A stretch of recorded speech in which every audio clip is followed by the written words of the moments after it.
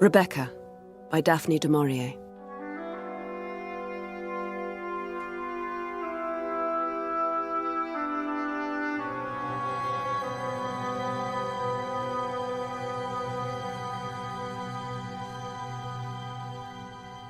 Last night, I dreamt I went to Manderley again.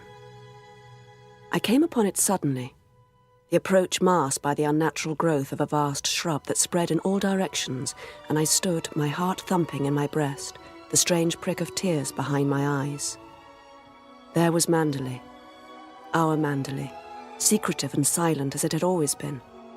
The grey stone shining in the moonlight of my dream, the mullioned windows reflecting the green lawns and the terrace.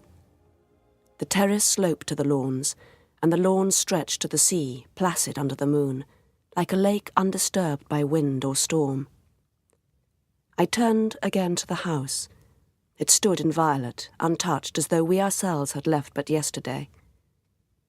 Moonlight can play odd tricks upon the fancy, even upon a dreamer's fancy, and I stood there, hushed and still.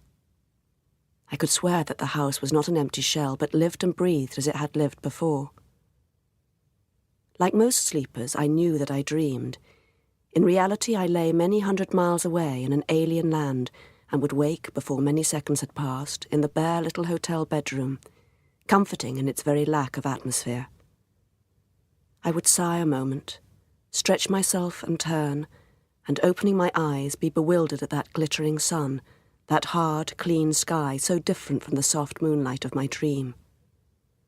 The day would lie before us both, long, no doubt, and uneventful, but fraught with a certain stillness, a dear tranquillity we had not known before. We would not talk of Manderley. I would not tell my dream. For Manderley was ours no longer. Manderley was no more. We can never go back again. That much is certain. The past is still too close to us. The things we have tried to forget and put behind us would stir again. We have both known fear and loneliness and very great distress. We have come through our crisis, not unscathed, of course. His premonition of disaster was correct from the beginning. We have no secrets now from one another. All things are shared. Granted that our little hotel is dull, and the food indifferent, and that day after day dawns very much the same, yet we would not have it otherwise. I suppose his dependence upon me has made me bold at last. At any rate, I have lost my diffidence, my timidity, my shyness with strangers. I am very different from that self who drove to Manderley for the first time, hopeful and eager, handicapped by a rather desperate gaucherie and filled with an intense desire to please. It was my lack of poise, of course, that made such a bad impression on people like Mrs. Danvers. What must I have seemed like after Rebecca? I can see myself now, memory spanning the years like a bridge, with straight, bobbed hair and youthful, unpowdered face, dressed in an ill-fitting coat and skirt and jumper of my own creation, trailing in the wake of Mrs. Van Hopper, like a shy, uneasy colt. She would precede me into lunch, her short body ill-balanced upon tottering high heels. She would make for her usual table in the corner of the restaurant, close to the window, and lifting her lorgnette to her small pig's eye, survey the scene to right and left of her, then utter a little exclamation of disgust. Not a single well-known personality. I shall tell the management they must make a reduction on my bill. What do they think I come here for? To look at the page boys? I remember we ate in silence, for Mrs. Van Hopper liked to concentrate on food. It was not a sight that engendered into me great appetite, and looking away from her, I saw that the table next to ours, left vacant for 3 days, was to be occupied once more. The maître d'hôtel, with a particular bow reserved for his more special patrons, was ushering the new arrival to his place. Mrs. Van Hopper put down her fork and reached for her lorgnette. Then she leant across the table to me, her small eyes bright with excitement, her voice a shade too loud. "It's Max de Winter," she said. "The man who owns Manderley. You've heard of it, of course. He looks ill, doesn't he? They say he can't get over his wife's death. I wonder what my life would be today if Mrs. Van Hopper had not been a snob. For many years now she had come to the Hotel Côte d'Azur, and apart from bridge, her one pastime, which was notorious by now in Monte Carlo, was to claim visitors of distinction as her friends, had she but seen them once at the other end of the post office. I can see her as though it were but yesterday, on that unforgettable afternoon. Never mind how many years ago, when she sat at her favourite sofa in the lounge, debating her method of attack. Suddenly she turned to me, her small eyes alight. "Go upstairs quickly and find that letter from my nephew. You remember, the one written on his honeymoon with the snapshot?" I saw then that her plans were formed, and the nephew was to be the means of introduction. This newcomer would not welcome intrusion, I felt certain of that. When I returned, I saw he had already left the dining room, and she, fearful of losing him, had not waited for the letter, but had risked a barefaced introduction of her own. He was even now sitting beside her on the sofa. I walked across to them, and gave her the letter without a word. He rose to his feet at once, while Mrs. Van Hopper, flushed with her success, waved a vague hand in my direction and mumbled my name. "Mr. De Winter is having coffee with us. Go and ask the waiter for another cup," she said, her tone just casual enough to warn him of my footing. It was a surprise, therefore, to find that this newcomer remained standing on his feet, and it was he who made a signal to the waiter. "I'm afraid I must contradict you," he said to her. "You're both having coffee with me." "You know, I recognized you just as soon as you walked into the restaurant," she said. "And I thought, why, there's Mr. De Winter, Billy's friend. He gave that party at Claridge's where I saw you first. But I dare say you don't remember an old woman like me." This, with a provocative glance and a gleam of teeth. "On the contrary, I remember you very well," he said. And before she could trap him into a resurrection of their first meeting, he had handed her his cigarette case, and the business of lighting up stalled her for the moment. I was too young, that was the trouble. Had I been older, I would have caught his eye and smiled, her unbelievable behaviour making a bond between us. But as it was, I was stricken into shame, and endured one of the frequent agonies of youth. I think he realised my distress, for he leant forward in his chair and spoke to me, his voice gentle, asking if I would have more coffee, and when I refused and shook my head, I felt his eyes were still on me, puzzled, reflective. He was pondering my exact relationship to her, and wondering whether he must bracket us together in futility. "What do you think of Monte Carlo? Or don't you think of it at all?" I said something obvious and idiotic about the place being artificial. But before I could finish my halting sentence, Mrs. Van Hopper interrupted. "She's spoilt, Mr. De Winter. That's her trouble. Most girls would give their eyes for the chance of seeing Monty." "Wouldn't that rather defeat the purpose?" he said, smiling. She shrugged her shoulders, blowing a great cloud of cigarette smoke into the air. I don't think she understood him for a moment. She ran on, through a tangled fringe of gossip, never seeing that the names were alien to him. They meant nothing, and that, as she prattled unaware, he grew colder and more silent. It was the page boy in the end who released him, with news that a dressmaker awaited Mrs. Van Hopper in the suite. He got up at once, pushing back his chair. "Don't let me keep you. Fashions change so quickly nowadays, they may even have altered by the time you get upstairs." The sting did not touch her. She accepted it as a pleasantry, and we went towards the lift. The next morning, Mrs. Van Hopper woke with a sore throat and a temperature of 102. I rang up her doctor, who came round at once and diagnosed the usual influenza. I left her quite happy after the arrival of a nurse, propped up on pillows with a falling temperature, and went down to the restaurant for lunch, a good half hour before our usual time. I expected the room to be empty. It was, except for the table next to ours. No doubt he was lunching early because he hoped to avoid us at 1 o'clock. It was a situation for which I was ill-trained. I went to our table, looking straight ahead of me, and immediately paid the penalty of gaucherie by knocking over the vase of stiff anemones as I unfolded my napkin. The water soaked the cloth and ran down onto my lap. In a second, though, my neighbour was by my side, a dry napkin in hand. "You can't sit at a wet tablecloth, it'll put you off your food," he said brusquely. The waiter, seeing the disturbance, came swiftly to the rescue. "Leave that. Lay another place at my table. Mademoiselle will have luncheon with me." "Please," I begged. Don't be polite. It's very kind of you, but I should be quite all right if the waiter just wipes the cloth. But I'm not being polite. I'd like you to have luncheon with me. Even if you'd not knocked over the vase so clumsily, I should have asked you. I suppose my face told him of my doubt, for he smiled. You don't believe me? Never mind. We needn't talk to each other unless we feel like it. We ate for a while without talking. Then he said, Your friend, she's very much older than you. Have you known her long? She's not really a friend, I told him. She's an employer. She's training me to be a thing called a companion, and she pays me £90 a year. He laughed, looking quite different, younger somehow, and less detached. What do you do it for? £90 is a lot of money to me. Haven't you any family? No, they're dead. He asked me about my family, and my shyness fell away from me, loosening as it did so my reluctant tongue. I remember pausing, a little breathless, a little dazed. We had been sitting there for an hour and a half, and the conversation had been mine alone. I tumbled down into reality, hot-handed and self-conscious, with my face aflame, and began to stammer my apologies. He would not listen to me. I've enjoyed this time with you more than I've enjoyed anything for a very long time.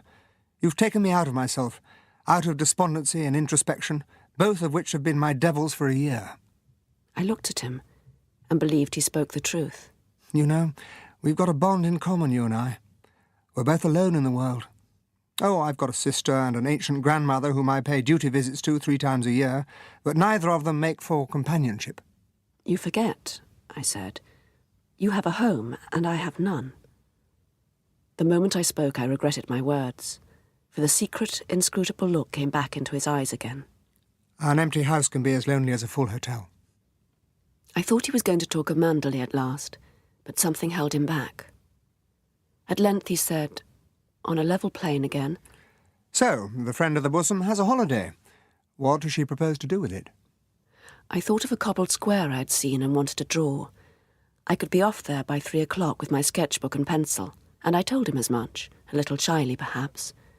Like all untalented persons with a pet hobby. I'll drive you there in the car, he said, and would not listen to protests. Mine was a happy mood that afternoon, and I remember it well. It was not the Monte Carlo I had known.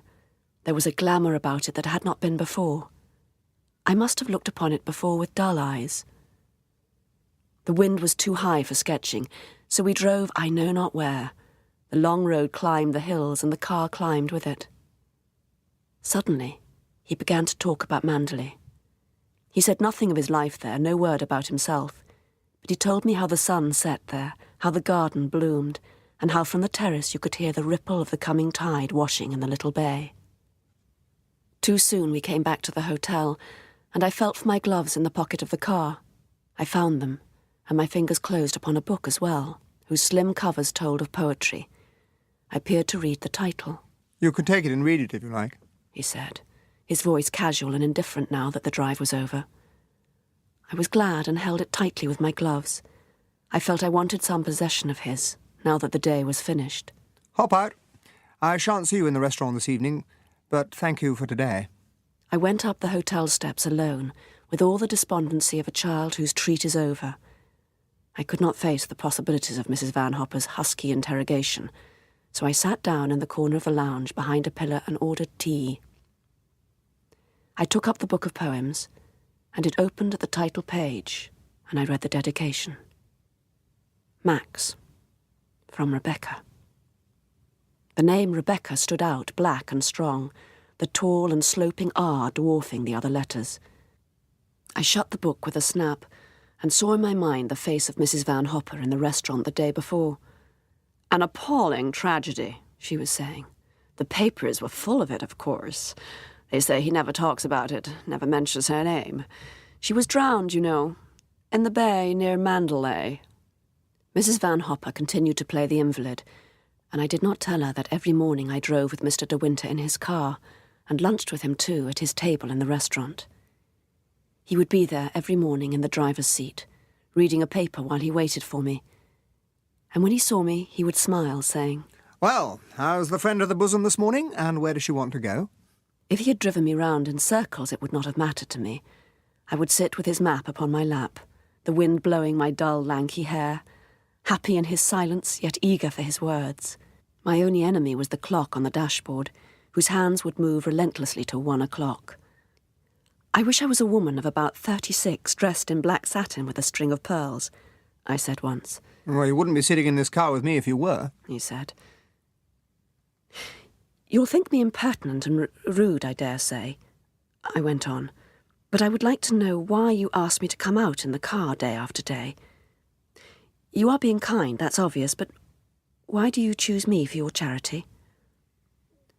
I sat up stiff and straight in my seat with all the poor pomposity of youth. "I ask you," he said gravely, "because you're not dressed in black satin with a string of pearls, nor are you 36. It's all very well. You know everything there is to know about me. There's not much, I admit. I know nothing more about you than I did the first day we met." "And what did you know then?" "Why, that you lived at Manderley and that you had lost your wife." There I had said it at last, the word that hovered on my tongue for days. Your wife. I remember staring straight in front of me at the windscreen, seeing nothing of the flying road, my ears still tingling with that spoken word. The silence became minutes, and the minutes became miles, and everything is over now, I thought. I shall never drive with him again. Then we stopped, drawing up by the side of the road. He turned to me and spoke. "Something happened a year ago that altered my whole life, and I want to forget every phase in my existence up to that time. You have blotted out the past for me, you know, far more effectively than all the bright lights of Monte Carlo. But for you I should have left long ago. Damn your idea of my kindness and my charity. I ask you to come with me because I want you and your company." Without a word he started up the engine and turned the car round the way we had come. The tears welled into my eyes and strayed upon my cheeks. Suddenly he put out his hand and took hold of mine and kissed it, still saying nothing, and then he threw his handkerchief on my lap. I blew my nose, throwing my drab appearance to the winds. It could never matter. "To hell with this," he said suddenly, and pulled me beside him, and put his arm around my shoulder, still looking straight ahead of him, his right hand on the wheel. He drove, I remember, even faster than before. "I suppose you're young enough to be my daughter, and I don't know how to deal with you. My family always called me Maxim. I'd like you to do the same. You've been formal with me long enough." He felt for the brim of my hat and took hold of it, throwing it over his shoulder to the back seat, and then bent down and kissed the top of my head. "Promise me you'll never wear black satin." I smiled then, and he laughed back at me, and the morning was a shining thing. It had happened at last. The business of going away. It was all over. I should say goodbye to him in the lounge, perhaps before we left. A furtive, scrambled farewell, because of her. And there would be a pause and a smile, and words like, "Yes, of course, do write," while my mind clamoured painfully, crying, "I love you so much. I'm terribly unhappy. This has never come to me before and never will again." "I hate hanging about once everything is packed," Mrs. Van Hopper grumbled on the morning of our departure. "We ought to have decided on the earlier train." She glanced at her watch. "I suppose they could change the reservations. Go down to the office and see." This was the end, then. Even my morning must be taken from me because she was bored. Well, then, I would fling away restraint and modesty. I would not be proud any more. I knew the number of his room, and I hammered at the door, very flushed in the face and breathless. "Come in." I opened the door, repenting already, my nerve failing me. He was shaving by the open window, a camel-hair jacket over his pyjamas. I was merely foolish when I felt myself dramatic. "What do you want? Is something the matter?" "I've come to say goodbye. We're going this morning." He stared at me, then put his razor down on the washstand. "Shut the door." I closed it behind me and stood there, my hands hanging by my side. He asked, "What on earth are you talking about?" "It's true. We're leaving today, and I was afraid I shouldn't see you again. I felt I must see you before I left to thank you." They tumbled out, the idiotic words, and I was stiff and awkward. "Why didn't you tell me about this before?" "She only decided yesterday. We're sailing for New York." He picked up his razor again and took the soap off his face. "Sit down. I'll dress in the bathroom and be ready in 5 minutes." When he returned, he said, "So, Mrs. Van Hopper has had enough of Monte Carlo and she wants to go home." So do I. She to New York and I to Mandalay. Which do you prefer? You can take your choice. Either you go to America with Mrs. Van Hopper, or you come home to Mandalay with me. Do you mean you want a secretary or something? No, I'm asking you to marry me, you little fool.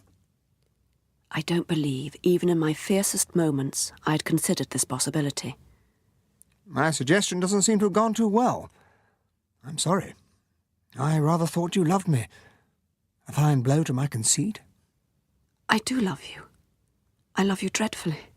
I've been crying all night because I thought I should never see you again. When I said this, I remember he laughed. Bless you for that. One day, when you reach that exalted age of 36, which you told me was your ambition, I'll remind you of this moment, and you won't believe me. It's a pity you have to grow up. I was ashamed already, and angry with him for laughing. So women did not make those confessions to men. I had a lot to learn. So, that's settled, isn't it? He looked at me and saw the anxiety on my face. I'm being rather a brute to you, aren't I?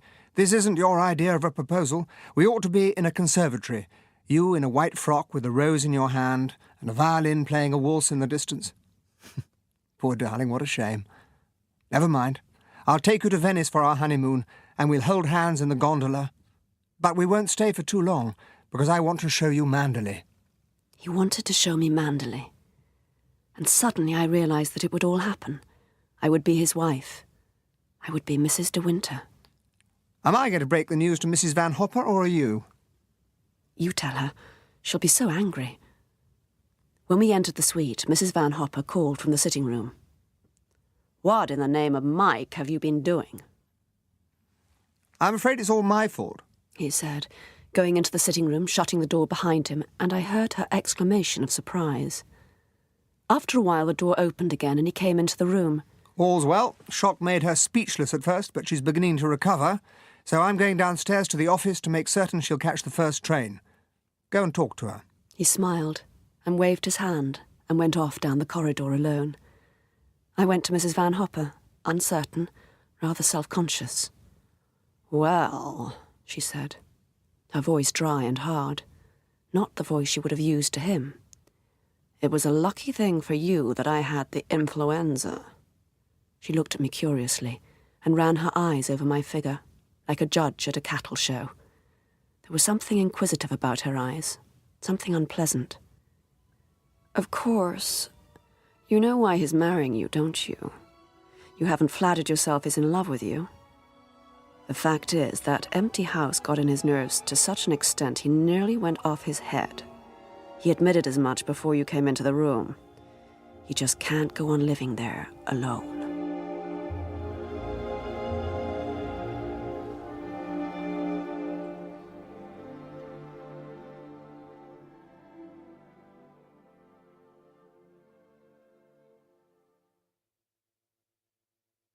We came to Mandalay in early May, arriving, so Maxim said, with the first swallows and the bluebells. Now the moment was upon me, and I wished it delayed. I wanted to be a traveller on the road, a bride in love with her husband, not myself coming to Mandalay for the first time, the wife of Maxim de Winter. Any measure of self-possession I had gained hitherto during the brief 7 weeks of marriage was like a rag now, fluttering before the wind. Here we are, he said, a new note of excitement in his voice, and I gripped the leather seat of the car with my 2 hands. The road curved, and before us on the left were 2 high iron gates beside a lodge, open wide to the long drive beyond. Perhaps he guessed something of my shyness at last, for he took my hand and kissed it and laughed a little, even as he spoke. Well, you mustn't mind if there's a certain amount of curiosity. Everyone will want to know what you're like. You've only got to be yourself and they'll adore you. And you don't have to worry about the house. Mrs. Danvers does everything. Just leave it all to her. She'll be stiff with you at first, I dare say, but you mustn't let it worry you. It's just her manner. The drive twisted and turned as a serpent, scarce wider in places than a path, and above our heads was a great colonnade of trees. Suddenly I saw a clearing in the dark drive ahead, and a patch of sky, and in a moment the dark trees had thinned, and we turned the last corner, and so came to Mandalay. As we drove up to the wide stone steps and stopped before the open door, I saw through one of the mullioned windows that the hall was full of people, and I heard Maxim swear under his breath. Damn that woman, she knows perfectly well I didn't want this sort of thing. What's the matter? I said. Who are all those people? I'm afraid you'll have to face it now, he said, in irritation. Mrs. Danvers has collected the whole damn staff in the house and on the estate to welcome us. It's all right. You won't have to say anything. I'll do it all. I fumbled for the handle of the door, feeling slightly sick. The butler came down the steps, followed by a footman, and he opened the door for me. Well, here we are, Frith. Everyone well? The butler replied. Yes, sir. Thank you, sir. Glad to see you home and hope you've been keeping well. And Madam, too. Yes, we're both well, thank you, Frith. Rather tired from the drive and wanting our tea. I didn't expect this business. Mrs. Danvers' orders, sir. Maxim and I went up the steps, and there, ranged one behind the other in the hall, a sea of faces, open-mouthed and curious. Someone advanced from the sea of faces, someone tall and gaunt, dressed in deep black, whose prominent cheekbones and great hollow eyes gave her a skull's face, parchment white, set on a skeleton's frame. This is Mrs. Danvers, said Maxim, and she began to speak. I cannot remember her words now, but I know that she bade me welcome to Manderley. I saw a little smile of scorn upon her lips, and I guessed at once she considered me ill-bred. Maxim took my arm and bore me off to the library to tea, closing the doors behind us, and we were alone again. 2 cocker spaniels came from the fireside to greet us. They pawed at Maxim, then came to me, sniffing at my heels, rather uncertain, rather suspicious. One was the mother, blind in one eye, and soon she had enough of me. But Jasper, the younger, put his nose into my hand and laid a chin upon my knee. It was a deep, comfortable room with books lining the walls to the ceiling. The long windows looked out upon the lawns, and beyond the lawns to the distant shimmer of the sea. A room for peace, a room for meditation. Frith came in. Mrs. Danvers wondered, madam, whether you would like to see your room. Maxim glanced up from his letters. What sort of job have they made of the East Wing? Very nice indeed, sir, it seems to me. I should imagine you'll be very comfortable there, sir. It's a lot lighter, of course, on that side of the house. Have you been making alterations? I asked. Oh, nothing much. Run along and make friends with Mrs. Danvers. It's a good opportunity. I got up slowly, my old nervousness returning, and went out into the hall. A black figure stood waiting for me at the head of the stairs, the hollow eyes watching me intently from the white skull's face. I went up the great stairs towards her, and she waited motionless, her hands folded before her, her eyes never leaving my face. I hope I haven't kept you waiting, I said. It's for you to make your own time, madam, she answered. We went along a broad, carpeted passage, and we came to a little anteroom, or boudoir, furnished with a sofa, chairs, and a writing desk, which opened out to a large double bedroom with wide windows and a bathroom beyond. It's a very charming room, I said, and I'm sure I shall be comfortable. I understand that it's been done up for our return. Yes, she said. It was never used much, except for occasional visitors, but Mr. De Winter gave special orders in his letter that you would have this room. Then this was not his bedroom originally, I said. No, madam. He's never used the room in this wing before. Oh, I said. He didn't tell me that. Alice has unpacked for you and will look after you until your maid arrives, said Mrs. Danvers. I don't have a maid, I said awkwardly. She wore the same expression that she had done on our first meeting. If you think it necessary, perhaps you would see about it for me, I said, avoiding her eyes. Some young girl, perhaps, wanting to train. If you wish, she said. It's for you to say. There was silence between us. I wished she would go away. I suppose you've been at Manderley for many years, I said, making a fresh effort. I came here when the first Mrs. De Winter was a bride, she said, and her voice was harsh now with unexpected animation, with life and meaning, and there was a spot of colour on the gaunt cheekbones. The change was so sudden that I was shocked and a little scared. I did not know what to do or what to say. She hesitated by the doorway, her hand on the handle of the open door. It was as though she still had something to say to me and could not decide upon the words. Mr. De Winter said you would prefer to be on this side, she said. The bedroom in the big suite in the West Wing was Mrs. de Winter's room. Then I saw a shadow flit across her face, and she drew back against the wall, effacing herself, as a step sounded outside and Maxim came into the room. How is it, all right? Do you think you'll like it? He looked around with enthusiasm, pleased as a schoolboy. I always thought this was a most attractive room. You've made a great success of it, Mrs. Danvers. I give you full marks. Thank you, sir, she said, her face expressionless. And then she turned and went out of the room, closing the door softly behind her. How did you get on with old Danvers? She seems just a little bit stiff, I said, after a moment or two. After all, it's natural enough that she would resent me a bit at first. Resent you? Why resent you? What the devil do you mean? He turned from the window, frowning, an odd, half-angry expression on his face. I wondered why he should mind, and I wished I had said something else. I mean, it must be much easier for a housekeeper to look after a man alone. Perhaps she was afraid I should be very overbearing. Overbearing? My God, if you think... And then he stopped and came across to me and kissed me on the top of my head. Let's forget about Mrs. Danvers. Come along and let me show you something of Manderley. I remember that first morning Maxim was up and dressed and writing letters even before breakfast. By the way, my sister Beatrice has asked herself over to lunch. I suppose she wants to have a look at you. Today, I said, my spirits sinking to zero. Yes. You'll like her, I think. She's very direct, believes in speaking her mind. I found this hardly comforting. Maxim got up from his chair. I've got a mass of things to see to this morning. Do you think you could amuse yourself? I'd like to have taken you round the garden, but I must see Crawley, my agent. Of course, I said. I should be quite happy. Then he picked up his letters and went out of the room, and I remember thinking this was not how I imagined my first morning.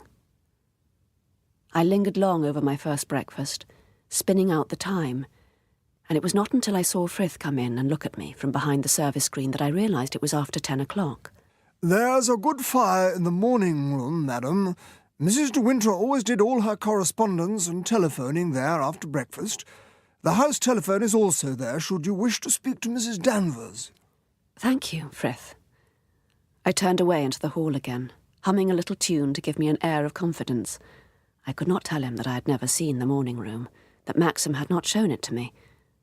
I had not deceived him, though, not for a moment. You go through the drawing-room to the morning room, madam.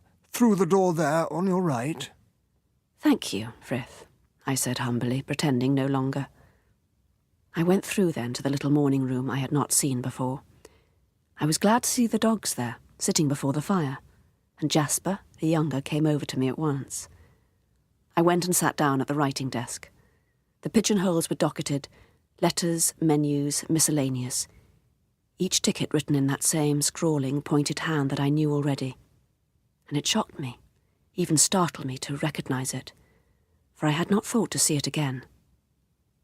And when the telephone rang suddenly, alarmingly, on the desk in front of me, my heart leapt and I started up in terror. "Who is it?" I said. Who do you want?" A voice replied, low and rather harsh. "Mrs. de Winter," it said. "Mrs. de Winter?" "I'm afraid you've made a mistake," I said. "Mrs. de Winter has been dead for over a year."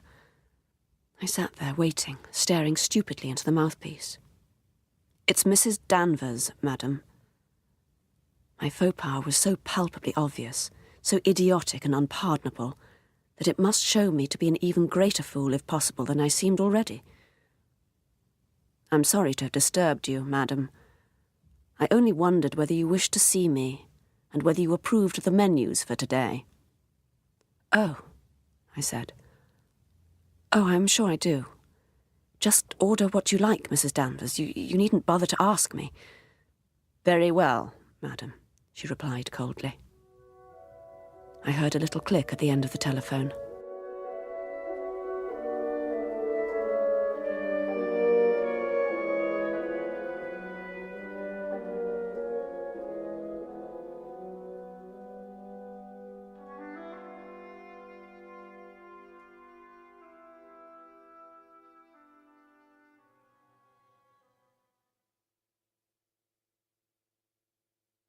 The morning seemed to drag on endlessly, but when I heard the sound of the car in the drive, I got up in sudden panic, glancing at the clock, for I knew that it meant Beatrice and her husband had arrived. At least I had Maxim to help me. Here is Beatrice, and this is Giles, and this is Frank Crawley. Beatrice was tall, broad-shouldered, very handsome, very much like Maxim about the eyes and jaw, but not as smart as I had expected, much tweedier. She did not kiss me. She shook hands firmly, looking me straight in the eyes. Giles stretched out an enormous paw and wrung my hand. Then I turned to the agent, a colourless, rather thin man with a prominent Adam's apple, in whose eyes I read relief as he looked upon me. I wondered why, but I had no time to think of that. Beatrice was talking. "Well, what do you think of Manderley?" "I've scarcely seen anything of it yet," I answered. "It's beautiful, of course." She was looking me up and down, as I had expected, but in a direct, straightforward fashion, not maliciously like Mrs. Danvers. "You're looking better, old man," she said to Maxim. "I suppose we've got to thank you for that." She nodded at me. I'm always very fit. "Bosh," said Beatrice. "You know perfectly well you were a perfect wreck 6 months ago. I thought you were in for a breakdown." I could tell by the tightening of Maxim's muscles under my arm that he was trying to keep his temper. For some reason, this talk about his health was not welcome to him. Mr. Crawley said, It must have been wonderful in Venice, Mrs. De Winter, this time of year. He was saying this to help me. It was his contribution to the little effort of steering the talk away from Maxim's health, and I was grateful to him, feeling him an ally, for all his dull appearance. Beatrice was talking to me again. "Maxim says you paint. That's very nice, of course, but there's no exercise in it, is there?" "I'm very fond of walking, too," I said swiftly. "I'm sure I shall never get tired of rambling about Manderley. And I can bathe, too, when it's warmer. Is the bathing safe in the bay?" Nobody answered, and I realised suddenly what I'd said. My heart thumped, and I felt my cheeks go flaming red. At that moment the door opened and Frith announced that luncheon was served. We all got up. Beatrice and I a little ahead of the men, she taking my arm.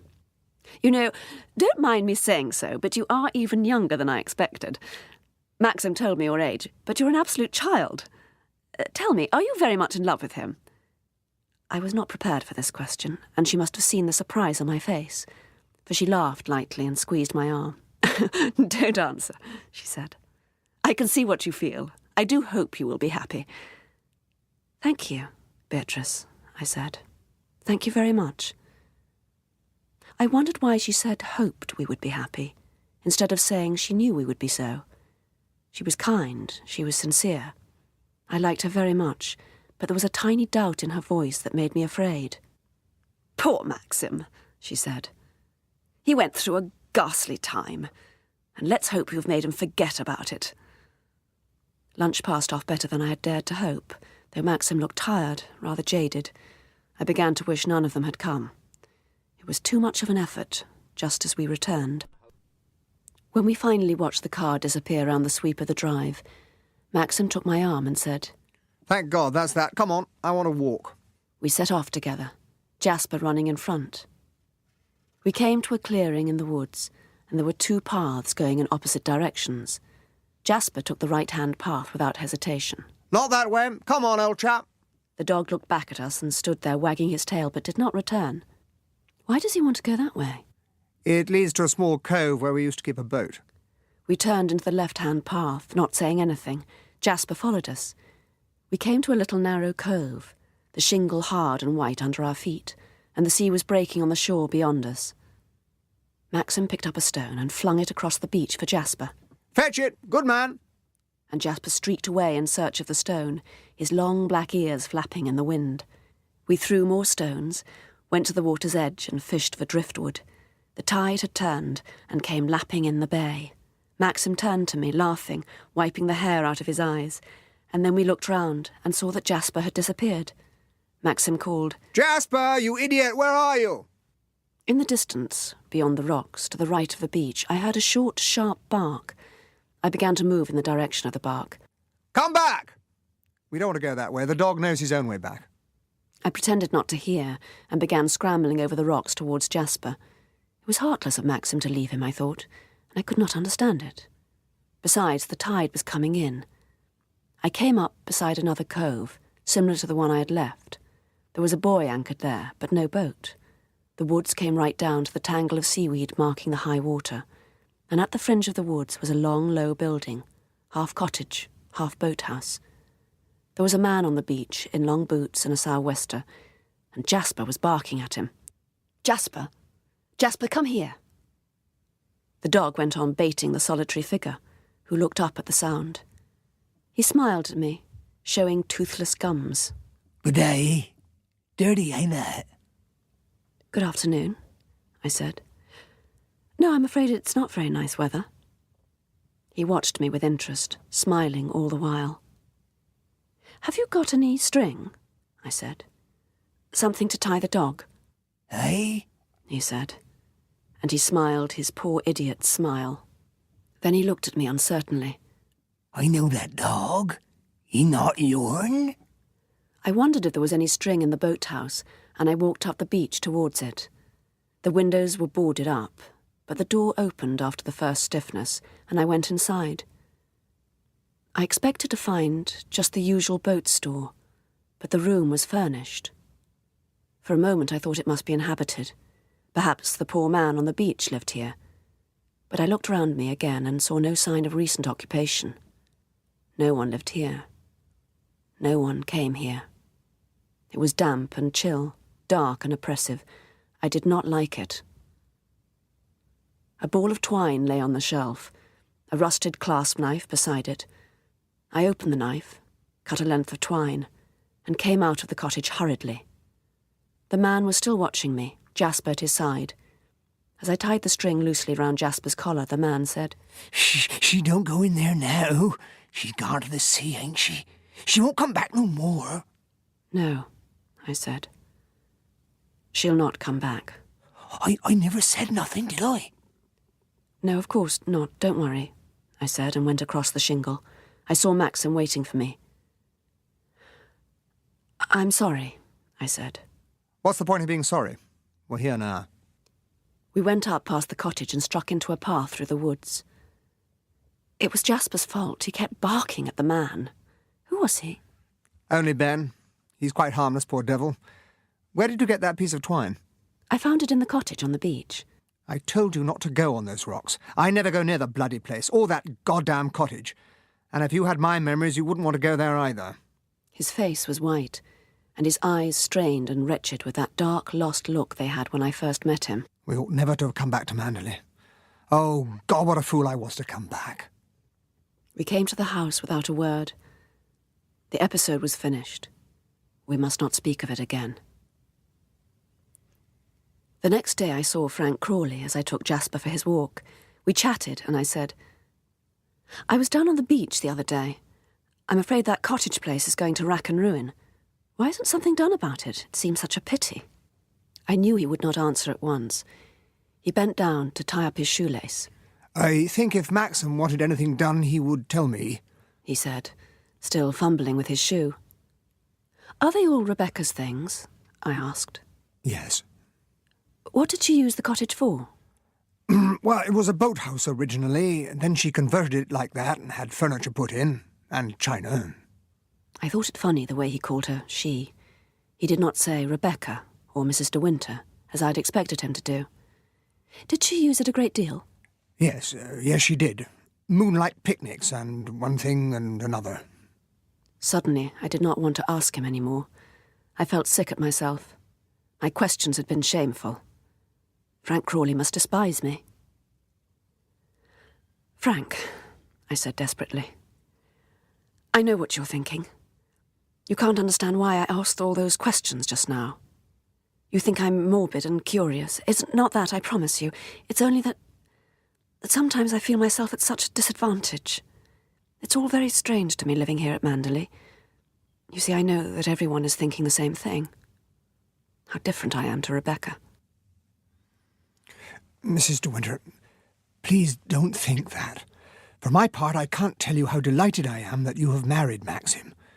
It's perhaps cheeky of me to say so, but I should say that kindness and sincerity, and, if I may say so, modesty are worth far more to a man, to a husband, than all the wit and beauty in the world.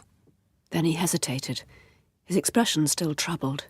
I'm sure that Maxim would be very worried, very distressed if he knew how you felt. I don't think he can have any idea of it. You won't tell him, I said hastily. No, naturally not. We none of us want to bring back the past. Maxim least of all. And it's up to you, you know, to lead us away from it. Not to take us back there again. He was right. Of course he was right. Dear, good Frank, my friend, my ally. Frank, I said, before we put an end to this conversation, forever, let's say, will you answer me one thing, quite truthfully?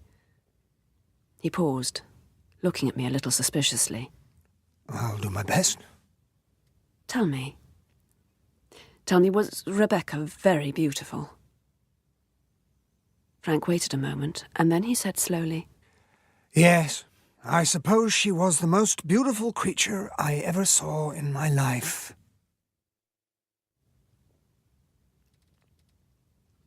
One afternoon, Maxim had decided to go into Kerrith on some business.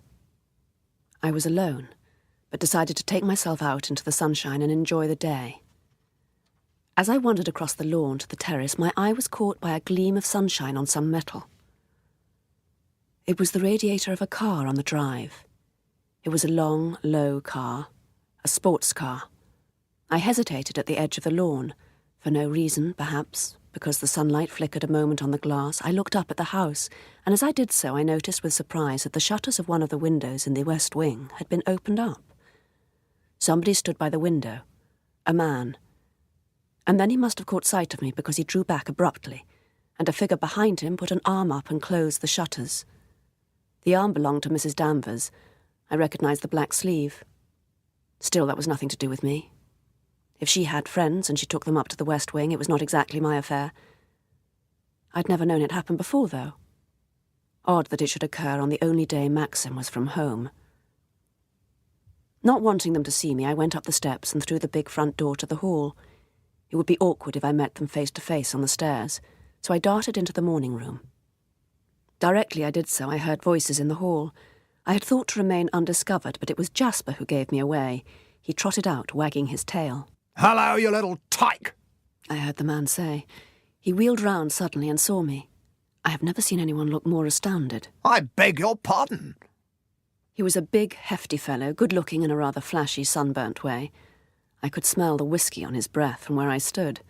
He began to smile. I hope I haven't startled you.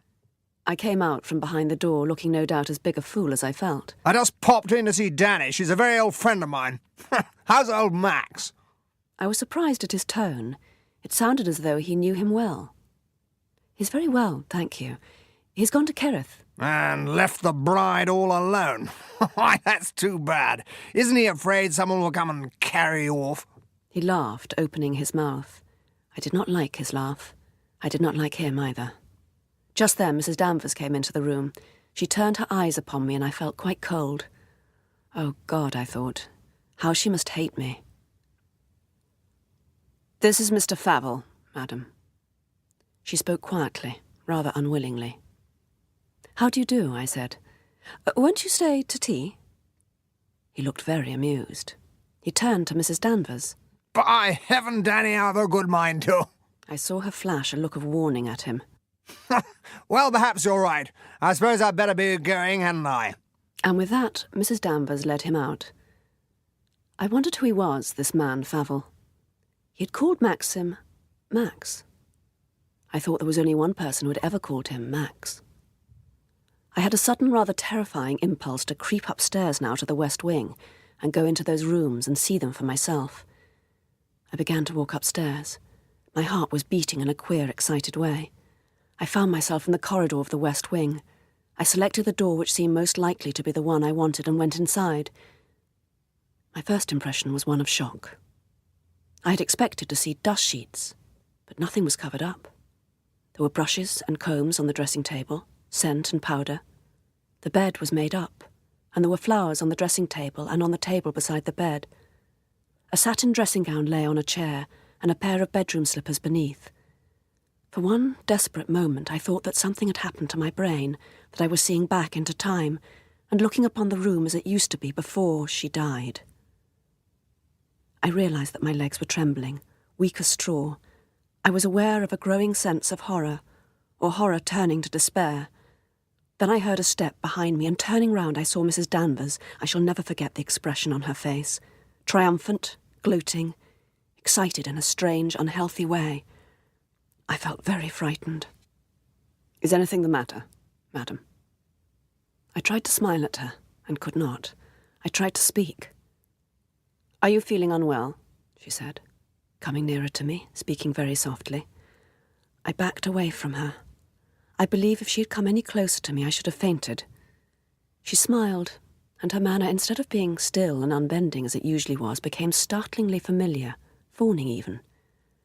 "Now you are here, let me show you everything," she said, her voice ingratiating and sweet as honey, horrible, false. "I know you want to see it all. It's a lovely room, isn't it? The loveliest room you have ever seen." She took hold of my arm. I could not resist her. I was like a dumb thing. The touch of her hand made me shudder. That was her bed. It's a beautiful bed, isn't it? This was the nightdress she was wearing for the last time before she died. Would you like to touch it? I put it out like this, just as I put it out for her the night she never came back, the night she was drowned. Her fingers tightened on my arm. She bent down to me, her skull's face close, her dark eyes searching mine. The rocks had battered her to bits, you know. Her beautiful face unrecognizable, and both arms gone. Mr. De Winter identified her. You know why Mr. De Winter does not use these rooms any more? Listen to the sea. I forced a smile. I could not speak. My throat felt dry and tight. It's not only this room. I feel her everywhere. You do too, don't you? She stared at me curiously. Her voice dropped to a whisper. Sometimes I wonder if she comes back here to Mandalay and watches you and Mr. De Winter together. We stood by the door staring at one another. I could not take my eyes away from hers. How dark and sombre they were in the white skull's face, how malevolent, how full of hatred. She stepped aside for me to pass. I did not speak to her. I went down the stairs blindly and turned the corner and pushed through the door that led to my own rooms. I felt deadly sick as I wondered desperately whether Maxim went as Mrs. Danvers did and touched Rebecca's nightdress on the bed. Presently I went downstairs to the library. As I came near, I heard the sound of voices, one raised louder than the other. Maxim's voice. The door was shut. I hesitated a moment before going in. "I don't care that he was her cousin. You can write and tell him from me to keep away from Mandalay in future, do you hear? I happen to know his car was seen here this afternoon. If you want to meet him, you can meet him outside Mandalay. I won't have him inside the gates, do you understand? Remember, I am warning you for the last time." I ran swiftly up the stairs and hid in the gallery. Mrs. Danvers came out of the library, shutting the door behind her. Her face was grey with anger, distorted, horrible.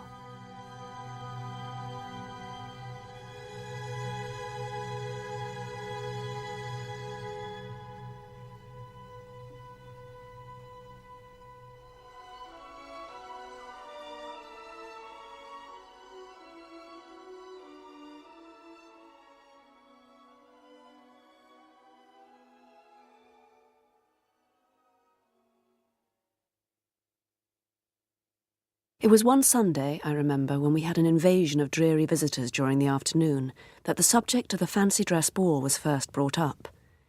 It was Lady Crowan, a tiresome, gushing woman who lived in Kerrith, who introduced the matter. "Oh, Mr. De Winter," she asked, "there is something I've been meaning to ask you for ages. Now tell me, is there any chance of you reviving the Mandalay fancy dress ball?" "Well, I don't know. It was all rather a business to organise." He lit a cigarette and his eyes met mine. "What do you think about it?" "I don't know," I said uncertainly. "I don't mind." "Of course she longs to have a ball in her honour," gushed Lady Crowan. Maxim still watched me doubtfully. It occurred to me that perhaps he thought I could not face it, that being shy, as he knew only too well, I should find myself unable to cope. I did not want him to think that I should let him down, and so I said, "I think it would be rather fun." Maxim looked away, shrugging his shoulders. That settles it, of course. The news soon spread about the fancy dress ball. My little maid, Clarice, her eyes shining with excitement, talked of nothing else. I gathered from her that the servants in general were delighted. "Mr. Frith says it will be like old times. What will you wear, madam?" "I haven't made up my mind, Clarice, but I tell you what, when I do decide, I shall tell you and nobody else. It will be a dead secret between us both." "Oh, madam, how exciting. I don't know how I'm going to wait for the day." The preparations went on for the ball. I began to get in a panic about my costume. It seemed so feeble not to be able to think of anything. One morning, when Mrs. Danvers had brought me the menu to approve, she asked, "Have you decided yet what you will wear, madam?" "No," I said. "No, I haven't decided." She continued watching me. "I wonder you don't copy one of the pictures in the gallery." "Yes, I might think about that," I said. I wondered privately why such an idea had never come to me before. It was an obvious and very good solution to my difficulty. "All the pictures in the gallery would make good costumes, especially that one of the young lady in white, with her hat in her hand." Her voice was surprisingly normal and friendly. Did she want to be friends with me at last? Later on, I went upstairs to the minstrel's gallery to have a look at the pictures. Mrs. Danvers was right, of course. What an idiot I'd been not to think of it before. I always loved the girl in white, with a hat in her hand. I would have it copied faithfully. What a relief it was to have decided at last. I began almost to look forward to the ball. The great day dawned, misty and overcast, but the glass was high and we had no fears. The mist was a good sign. It cleared about 11, and we had a glorious, still summer's day without a cloud in the blue sky. That evening, Clarice helped me to make the final adjustments to my dress. I paraded up and down in front of my glass, watching my reflection. "Go and see if they're all there, Clarice." She obeyed me. "They're all there," she whispered. "Mr. De Winter, and Major Mrs. Lacey. Mr. Crawley has just come. They're all standing in the hall." I peered through the archway at the head of the big staircase and looked down on the hall below. Yes, there they were. Giles in a white Arab dress, laughing loudly, showing a knife at his side. Beatrice swathed in an extraordinary green garment and hung about the neck with trailing beads. Poor Frank, self-conscious as a pirate in his striped jersey and sea boots. Maxim, the only normal one of the party, in his evening clothes. "I don't know what she's doing," I heard him say. "She's been up in her room for hours. What's the time, Frank? The dinner crowd will be upon us before we know where we are." The band were in the gallery already. "Make the drummer announce me," I whispered to Clarice. "Make him beat the drum. You know how they do. I want to surprise them below." My heart fluttered absurdly and my cheeks were burning. What fun it was. What mad, ridiculous, childish fun. I picked up my skirts in my hands.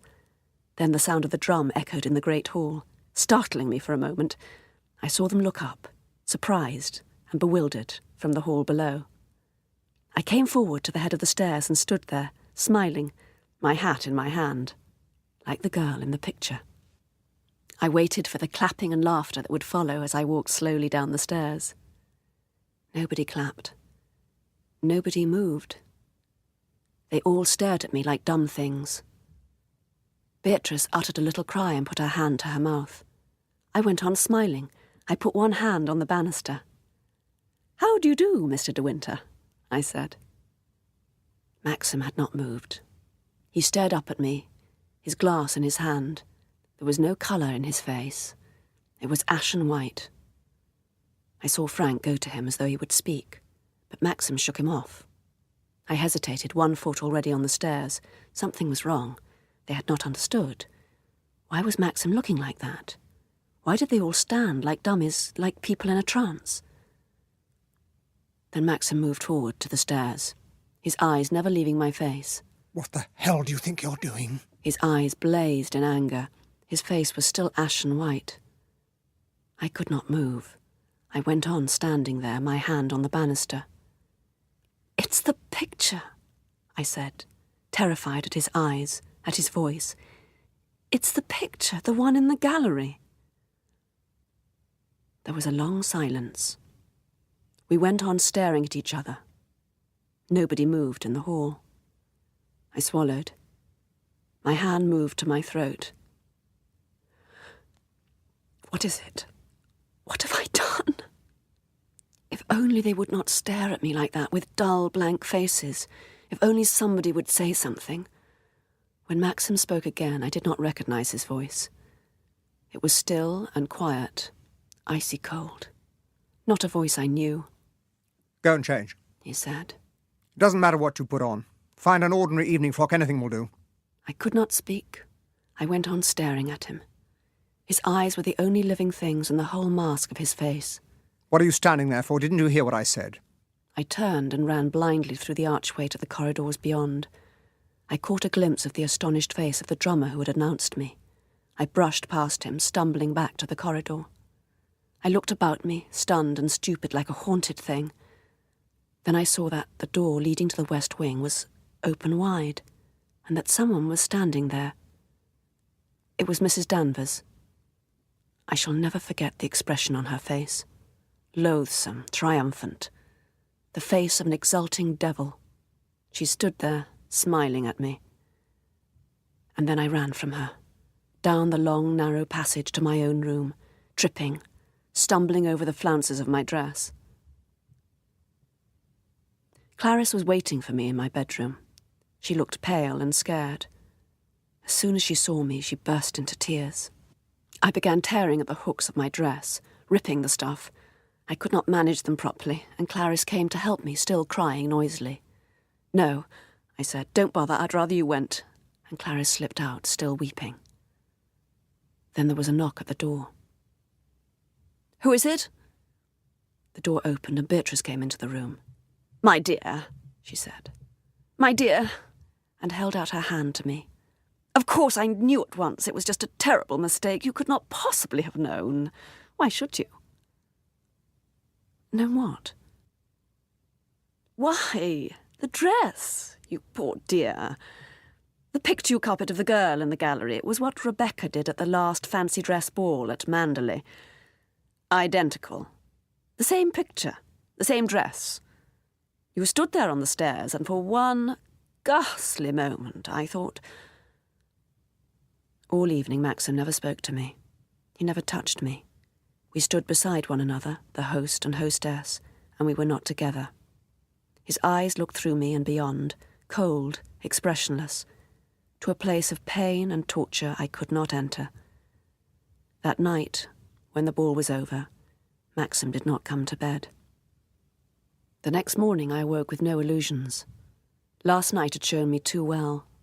My marriage was a failure. I was too young for Maxim, too inexperienced. He did not belong to me at all. He belonged to Rebecca. And Mrs. Danvers had meant this to happen. This was her triumph, and Rebecca's. I went along the dark, silent corridor to Rebecca's room. I turned the handle of the door and went inside. Mrs. Danvers was standing by the window, as I knew she would be. She turned to look at me, and I saw her eyes were red and swollen with crying, even as mine were, and there were dark shadows in her white face. I had not expected to find her so. I had pictured her smiling as she had smiled last night, cruel and evil, and now she was none of these things. She was an old woman who was ill and tired. I hesitated, my hand still on the knob of the open door. "You've done what you wanted, haven't you?" I said. "Are you pleased now? Are you happy?" She turned her head away. "Why did you ever come here? Nobody wanted you at Manderley. We were all right until you came." I did not know what to say. The situation was mad, unreal. "How dare you speak to me like that? How dare you?" I was not afraid of her any more. I went up to her and shook her by the arm. You made me wear that dress last night. I should never have thought of it but for you. You did it because you wanted to hurt Mr. De Winter. You wanted to make him suffer. Hasn't he suffered enough without your playing that vile, hideous joke upon him? Do you think his agony and pain will bring Mrs. De Winter back again? She shook herself clear of me. The angry colour flooded her dead white face. What do I care for his suffering? He's never cared about mine.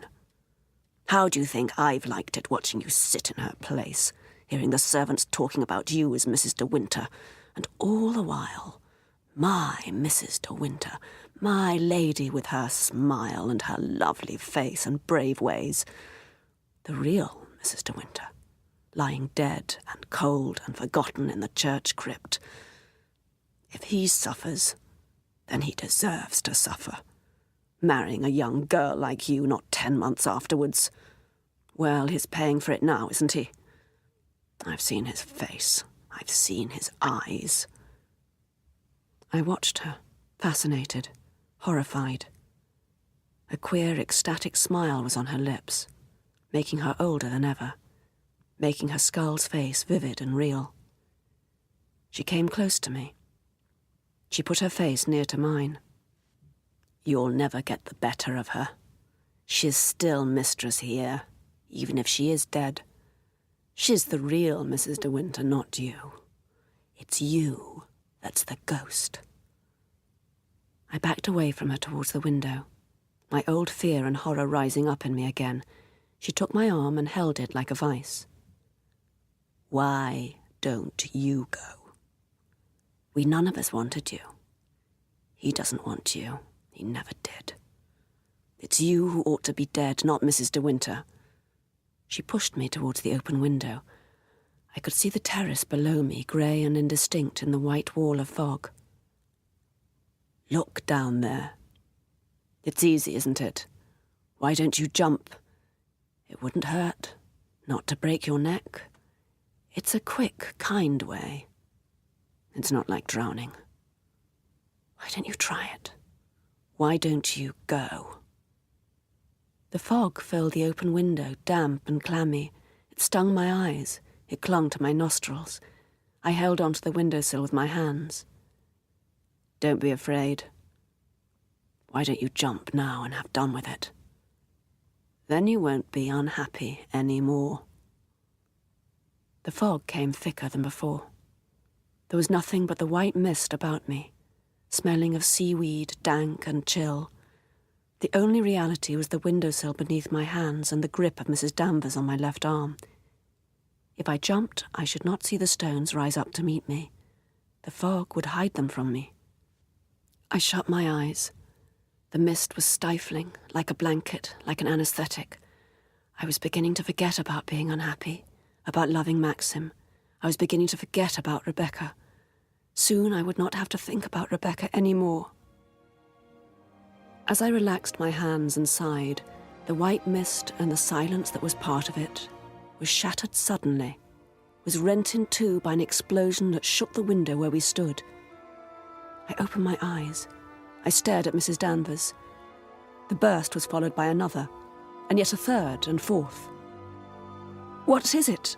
I said stupidly. "What has happened?"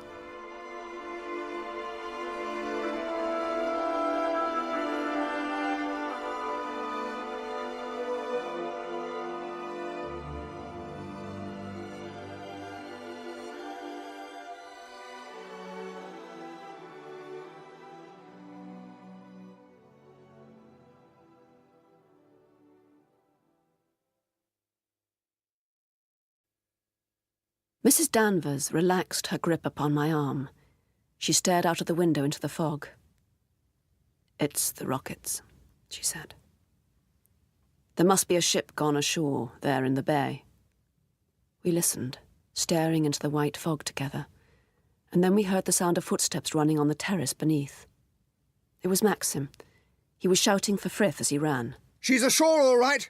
They'll never shift her, not with these tides. I'm going to the cove to see if I can do anything. Mrs. Danvers drew back from the window. Her face was expressionless once more. the cold, white mask that I knew.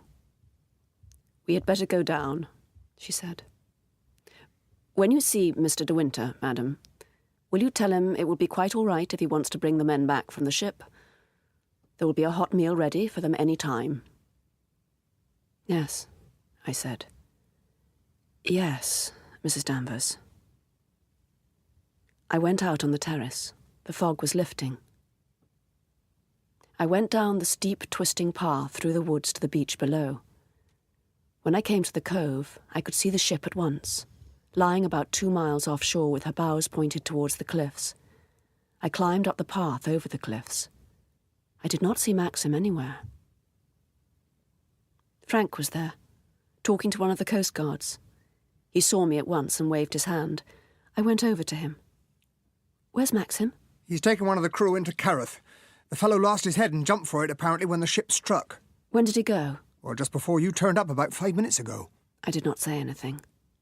He hesitated, and I felt his eyes upon me. I went back inside and sat on the window seat in the library. I was waiting for something to happen, something unforeseen. The horror of my morning and the stranded ship and not eating anything had all combined to give birth to a latent sense of excitement at the back of my mind that I did not understand. It was as though I had entered into a new phase of my life, and nothing would be quite the same again. The girl who had dressed for the fancy dress ball the night before had been left behind. It had all happened a long time ago. Robert came in. Mr. De Winter is not back yet, is he, madam? "No. Why? Does someone want him?" Yes, madam. It's Captain Searle, the harbour master of Carith, on the telephone. He wants to know if he can come up and see Mr. De Winter personally. "You had better tell him to ring again at 5 o'clock, I said.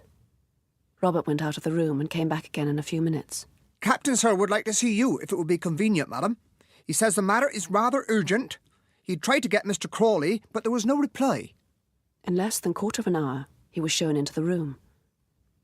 "I'm sorry, my husband isn't back yet, Captain Searle." Oh, well, madam, the fact is I've got some news for Mr. De Winter, and I hardly know how to break it to him. "What sort of news, Captain Searle?" Well, Mrs. De Winter, it's not very pleasant for me to tell you either.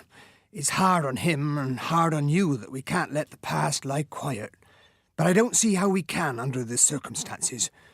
We sent the diver down to inspect the ship's hull, and while he was down there he came across a little sailing boat, lying on her side, quite intact and not broken up at all. It was the little boat belonging to the late Mrs. De Winter.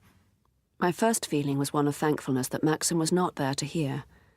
This fresh blow coming swiftly upon my masquerade of the night before was ironic and rather horrible. "Is it necessary to tell Mr. De Winter? Couldn't the boat be left there as it is?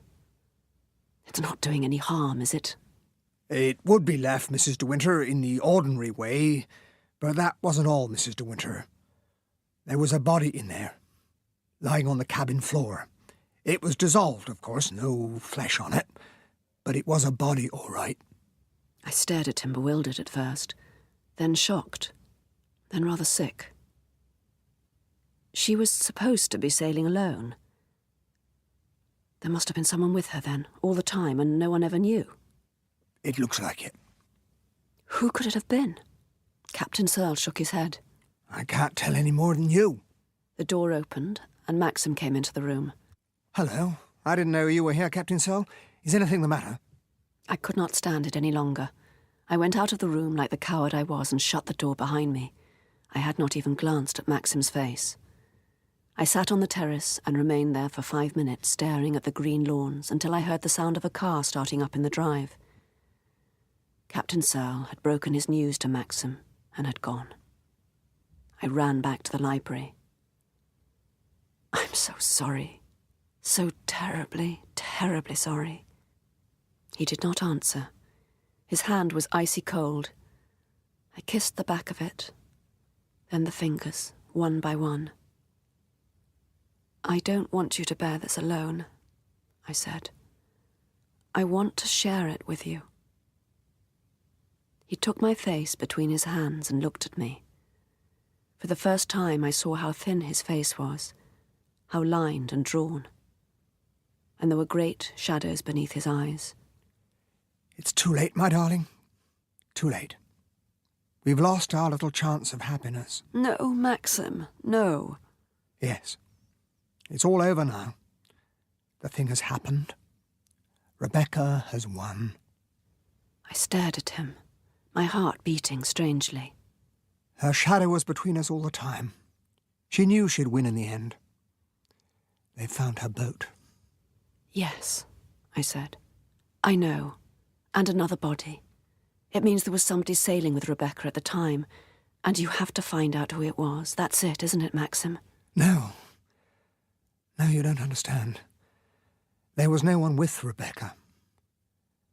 There never was an accident. Rebecca was not drowned at all. I killed her. I shot Rebecca in the cottage in the cove.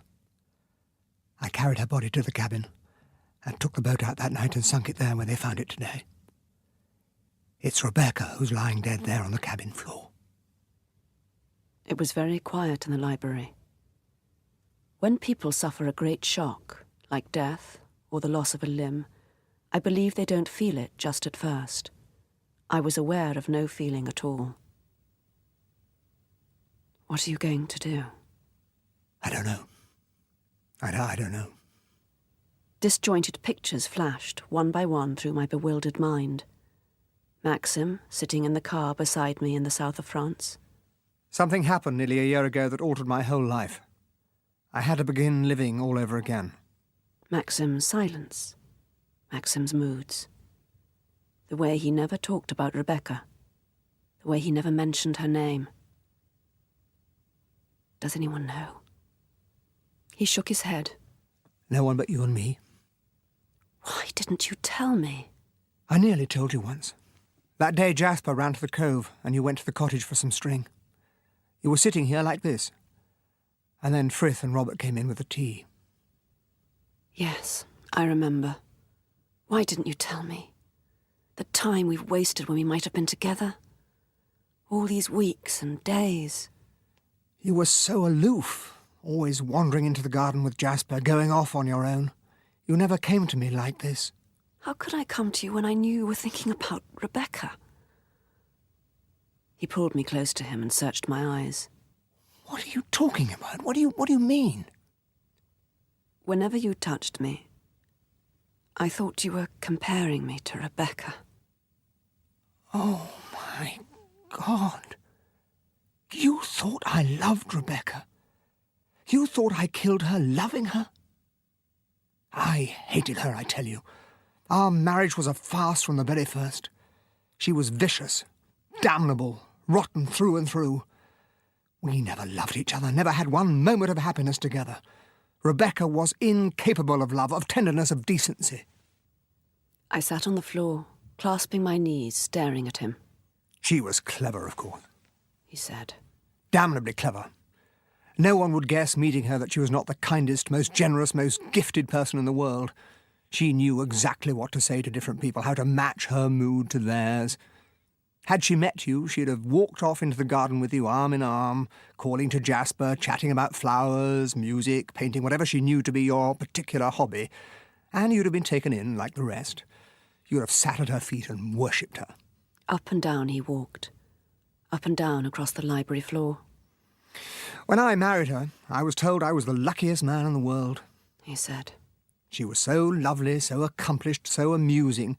Even Gran, the most difficult person to please in those days, adored her from the first. She's got the 3 things that matter in a wife, she told me.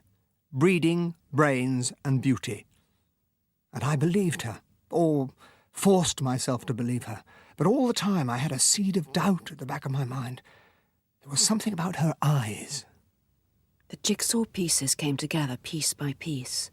The real Rebecca took shape and form before me, stepping from her shadow world like a living figure from a picture frame.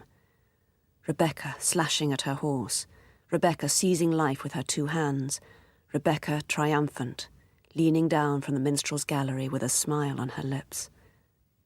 Once more I saw myself standing on the beach beside poor startled Ben. You're kind. He had grinned. Not like the other one. You won't put me in the asylum, will you? There was someone who walked through the woods by night. someone tall and slim. She gave you the feeling of a snake. Maxim was talking, though. Maxim was walking up and down the library floor. I found her out at once. 5 days after we were married. You remember that time I drove you in the car to the hills above Monte Carlo? I wanted to stand there again, to remember. She sat there, laughing, her black hair blowing in the wind. She told me about herself, told me things I shall never repeat to a living soul. I knew then what I'd done, what I had married. Beauty, brains, and breeding. Oh, my God! He broke off abruptly. He went and stood by the window, looking out upon the lawns. He began to laugh. He stood there, laughing. I could not bear it. It made me frightened, ill. I could not stand it. "Maxim!" I cried. "Maxim!" He lit a cigarette and stood there smoking, not saying anything. Then he turned away again and paced up and down the room once more. I nearly killed her then. It would have been so easy. One false step, one slip. You remember the precipice. I frightened you, didn't I? You thought I was mad. Perhaps I was.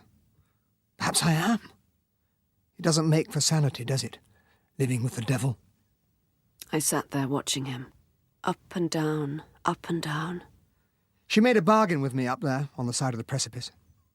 "I'll run your house for you," she told me. "I'll look after your precious Manderley for you, make it the most famous showplace in all the country, if you like. And people will visit us and envy us and talk about us, and they'll say we're the luckiest, happiest, handsomest couple in all England. What a leg pull, Max," she said. "What a goddamn triumph." She sat there on the hillside, laughing, tearing a flower to bits in her hands. Maxim threw his cigarette away. A quarter smoked, into the empty grate. "I didn't kill her," he said. "I watched her. I said nothing. I let her laugh." We got into the car together and drove away. And she knew I would do as she suggested. Come here to Manderley, throw the place open, entertain, have our marriage spoken of as the success of the century. She knew I would sacrifice pride, honour, personal feelings, every damned quality on earth, rather than stand before our little world after a week of marriage and have them know the things about her that she'd just told me. She knew I would never stand in a divorce court and give her away. Have fingers pointing at us, mud flung at us in the newspapers, all the people who belong down here whispering when my name was mentioned, all the trippers from Kerrith trooping to the lodge gates, peering into the grounds and saying, "That's where he lives, in there, that's Manderley. That's the place that belongs to the chap who had the divorce case we read about. Do you remember what the judge said about his wife?" He came and stood before me. He held out his hands. "You despise me, don't you?" he said. "You can't understand my shame and loathing and disgust." I did not say anything. I held his hands against my heart. I did not care about his shame. None of the things that he had told me mattered to me at all. I clung to one thing only and repeated it to myself over and over again.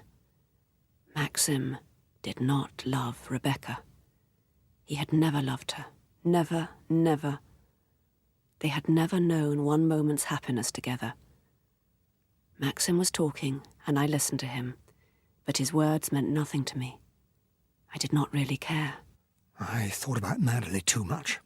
I put Manderley first before anything else. And it doesn't prosper, that sort of love.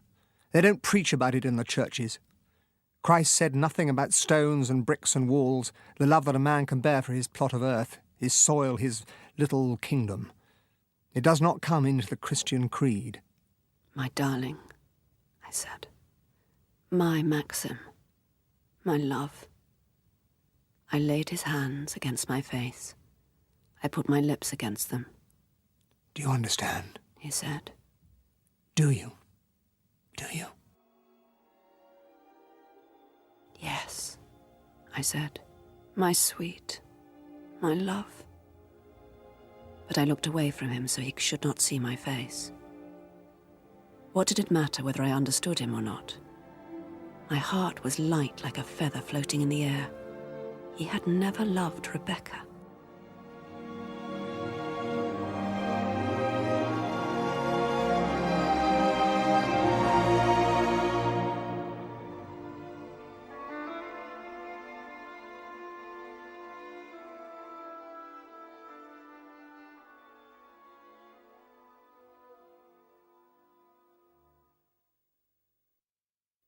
I don't want to look back on those years. He said slowly. I don't want even to tell you about them. The shame and the degradation. The lie we lived, she and I. The shabby, sordid farce we played together. Before friends, before relations, even before the servants, before faithful, trusting creatures like old Frith. They all believed in her down here. They all admired her. They never knew how she laughed at them behind their backs, jeered at them, mimicked them. I can remember days when the place was full for some show or other, a garden party, a pageant, and she walked about with a smile like an angel on her face, her arm through mine, giving prizes afterwards to a little troop of children. And then the day afterwards she would be up at dawn driving to London, streaking to that flat of hers by the river like an animal to its hole in the ditch, coming back here at the weekend after 5 unspeakable days. Oh, I kept my side of the bargain all right. I never gave her away. Her blasted taste made Manderley the thing it is today. The gardens, the shrubs, the azaleas. Do you think they existed when my father was alive? God, the place was a wilderness. Lovely, yes, wild and lonely with a beauty of its own, yes, but crying out for skill and care and the money that he would never give it, that I would not have thought to give it, but for Rebecca. Half the stuff you see in the rooms was never here originally. The drawing room, as it is today, the morning room, that's all Rebecca. Those chairs that Frith points out so proudly to the visitors on the public day, and that panel of tapestry. Rebecca again. Oh, some of the things were here, admittedly, stored away in back rooms. My father knew nothing about furniture or pictures, but the majority was bought by Rebecca. The beauty of Manderley that you see today, the Manderley that people talk about and photograph and paint, is all due to her, to Rebecca.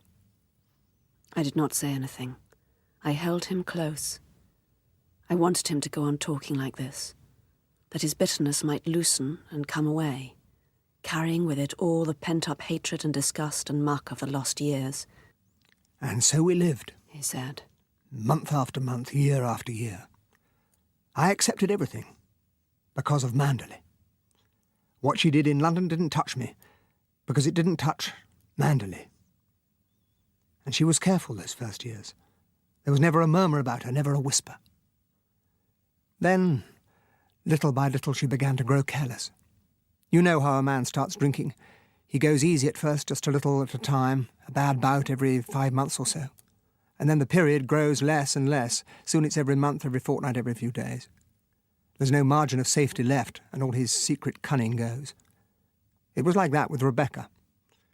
She began to ask her friends down here. She would have 1 or 2 of them and mix them up at a weekend house party, so that at first I was not quite sure, not quite certain. She would have picnics down at her cottage in the Cove. I came back once, having been away shooting in Scotland, and found her there with 6 of them, people I'd never seen before. I warned her, and she shrugged her shoulders. "What the hell's it got to do with you?" she said. I told her she could see her friends in London, but Manderley was mine. She must stick to that part of the bargain. She smiled. She didn't say anything. Then she started on Frank. Poor, shy, faithful Frank. He came to me one day and said he wanted to leave Manderley and take another job. We argued for 2 hours here in the library. And then I understood. He broke down and told me. She never let him alone, he said. She was always going down to his house, trying to get him to the cottage. Dear, wretched Frank, who had not understood, who had always thought we were the normal, happy married couple we pretended to be. I accused Rebecca of this, and she flared up at once, cursing me, using every filthy word in her particular vocabulary. We had a sickening, loathsome scene. She went up to London after that and stayed there for a month. When she came back, she was quiet at first. I thought she'd learnt her lesson. Bea and Giles came for a weekend, and I realised then what I had sometimes suspected before, that Bea didn't like Rebecca. I believe in her funny, abrupt, downright way she saw through her, guessed something was wrong. It was a tricky, nervy sort of weekend. Giles went out sailing with Rebecca. Bea and I lazed on the lawn. And when they came back, I could tell by Giles's rather hearty, jovial manner, and by a look in Rebecca's eye, that she'd started on him, as she had done on Frank. I saw Bea watching Giles at dinner, who laughed louder than usual, talked a little too much, and all the while Rebecca sitting there at the head of the table, looking like an angel. They were all fitting into place, the jigsaw pieces, the odd, strange shapes that I'd tried to piece together with my fumbling fingers, and they had never fitted. The silence that I'd always taken for sympathy and regret was silence born of shame and embarrassment. It seemed incredible to me now that I had never understood. I wondered how many people there were in the world who suffered and continued to suffer because they could not break out of their own web of shyness and reserve, and in their blindness and folly built up a great distorted wall in front of them that hid the truth. This was what I had done. I had built up false pictures in my mind and sat before them. I never had the courage to demand the truth. Had I made one step forward out of my own shyness, Maxim would have told me these things 4 months ago, 5 months ago. Rebecca grew cunning again. Her behaviour was faultless outwardly, but if I happened to be away when she was here at Manderley, I could never be certain what might happen. There had been Frank and Giles. She might get hold of one of the workmen on the estate, someone from Kerrith, anyone, and then the bomb would have to fall. The gossip, the publicity I dreaded. It seemed to me I stood again by the cottage in the woods, and I heard the drip, drip of the rain upon the roof. I saw the dust on the model ships, the rat holes on the divan. I saw Ben with his poor staring idiot's eyes, and I thought of the dark, steep path through the woods, and how if a woman stood there behind the trees, her evening dress would rustle in the thin night breeze. She had a cousin, said Maxim slowly. a fellow who'd been abroad and was living in England again. He took to coming here, if I was ever away. Frank used to see him. A fellow called Jack Favell. I know him, I said. He came here the day you went to London. You saw him too? Why didn't you tell me? I heard it from Frank, who saw his car turn in at the lodge gates. I did not like to, I said. I thought it would remind you of Rebecca.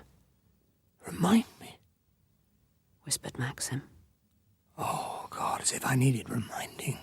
He stared in front of him, breaking off from his story, and I wondered if he was thinking, as I was, of that flooded cabin beneath the waters in the bay. She used to have this fellow Favell down to the cottage, said Maxim. She would tell the servant she was going to sail and wouldn't come back before the morning. Then she'd spend the night down there with him. Once again, I warned her. I said if I found him there, anywhere on the estate, I'd shoot him. He had a black, filthy record. The very thought of him walking about the woods in Manderley made me mad. I told her I wouldn't stand for it. She shrugged her shoulders. She forgot to blaspheme. And I noticed she was looking paler than usual, nervy, rather haggard. I wondered then what the hell would happen to her when she began to look old, feel old. Things drifted on. Nothing very much happened. Then one day she went up to London and came back again the same day, which she didn't do as a rule. I didn't expect her. I dined that night with Frank at his house. We had a lot of work on at the time. He was speaking now in short, jerky sentences. I had his hands very tightly between my two hands. I came back after dinner about 10:30, and I saw her scarf and gloves lying on a chair in the hall. I wondered what the devil she'd come back for. I went into the morning room, but she wasn't there. I guess she'd gone off then down to the cove. And I knew then that I couldn't stand this life of lies and filth and deceit any longer. The thing had got to be settled one way or the other. I thought I'd take a gun and frighten the fellow. Frighten them both. I went down right away to the cottage. The servants never knew I'd come back to the house at all. I slipped out into the garden and through the woods. I saw the light in the cottage window and I went straight in. To my surprise, Rebecca was alone. She was lying on the divan with an ashtray full of cigarette stubs beside her. She looked ill. Queer. I began at once about Favell, and she listened to me without a word. "We've lived this life of degradation long enough, you and I," I said. "This is the end, do you understand? What you do in London doesn't concern me. You can live with Favell there, or with anyone you like, but not here. Not at Manderley. She said nothing for a moment. She stared at me and then she smiled. Suppose it suits me better to live here. What then? She said. You know the conditions, I said. I've kept my part of our dirty, damnable bargain, haven't I? But you've cheated. You think you can treat my house and my home like your own sink in London. I've stood enough, but my God, Rebecca, this is your last chance. I remember she squashed out her cigarette in the tub by the divan, and then she got up and stretched herself, her arms above her head. You're right, Max, she said. It's time I turned over a new leaf. She looked very pale, very thin. She began walking up and down the room, her hands in the pockets of her trousers. She looked like a boy in her sailing kit, a boy with the face of a Botticelli angel. Have you ever thought, she said, how damned hard it would be for you to make a case against me, in a court of law, I mean, if you wanted to divorce me? Do you realise that you've never had one shred of proof against me from the very first? All your friends, even the servants, believe our marriage to be a success. What about Frank? I said. What about Beatrice? She threw back her head and laughed. What sort of a story could Frank tell against mine? She said. Don't you know me well enough for that? As for Beatrice, wouldn't it be the easiest thing in the world for her to stand in a witness box as the ordinary jealous woman whose husband once lost his head and made a fool of himself? Oh, no, Max. You'd have a hell of a time trying to prove anything against me. She stood watching me, rocking on her heels, her hands in her pockets and a smile on her face. Do you realise that I could get Danny as my personal maid to swear anything I asked her to swear in a court of law? And that the rest of the servants, in blind ignorance, would follow her example and swear too? They think we live together at Manderley as husband and wife, don't they? And so does everyone, your friends, all our little world. Well, how are you going to prove that we don't? She sat down on the edge of the table, swinging her legs, watching me. Haven't we acted the parts of loving husband and wife rather too well? She said. I remember watching that foot of hers in its striped sandal, swinging backwards and forwards, and my eyes and brain began to burn in a strange, quick way. We could make you look very foolish, Danny and I, she said softly. We could make you look so foolish that no one would believe you, Max. Nobody at all. Still that foot of hers, swinging to and fro, that damned foot in its blue and white striped sandal. Suddenly, she slipped off the table and stood in front of me, smiling still, her hands in her pockets. If I had a child, Max, she said, neither you nor anyone in the world could ever prove that it wasn't yours.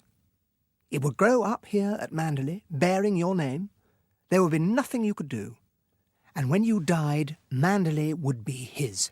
You couldn't prevent it. The property's entailed. You'd like an heir, wouldn't you, for your beloved Manderley? You would enjoy it, wouldn't you? Seeing my son lying in his pram under the chestnut tree, playing leapfrog on the lawn and catching butterflies. It would give you the biggest thrill of your life, wouldn't it, Max?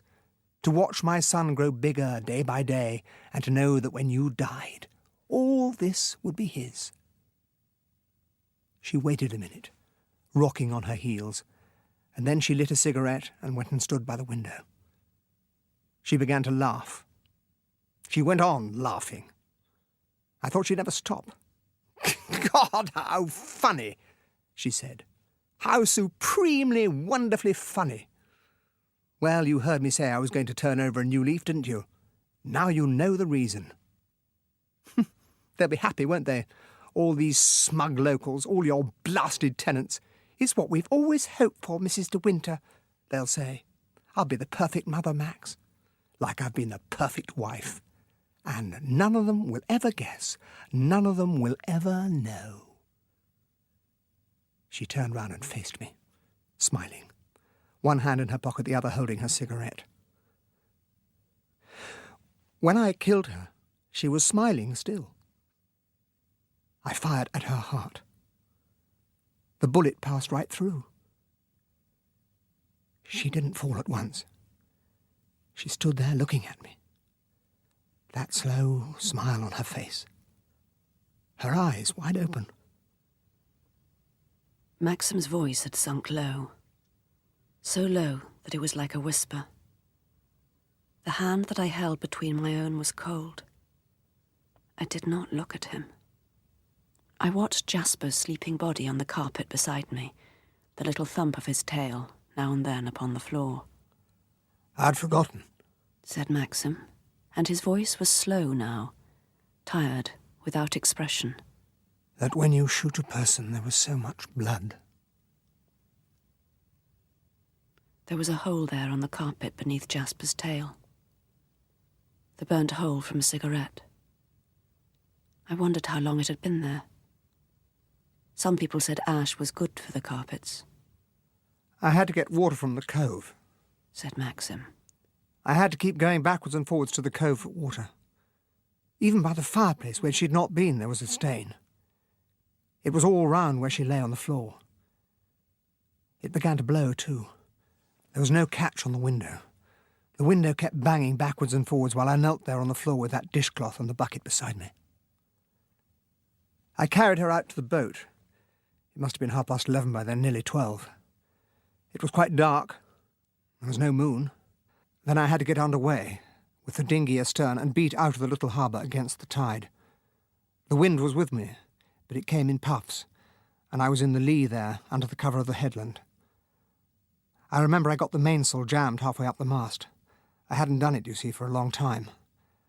I never went out with Rebecca. And I thought of the tide, how swift it ran, and how strong into the little cove.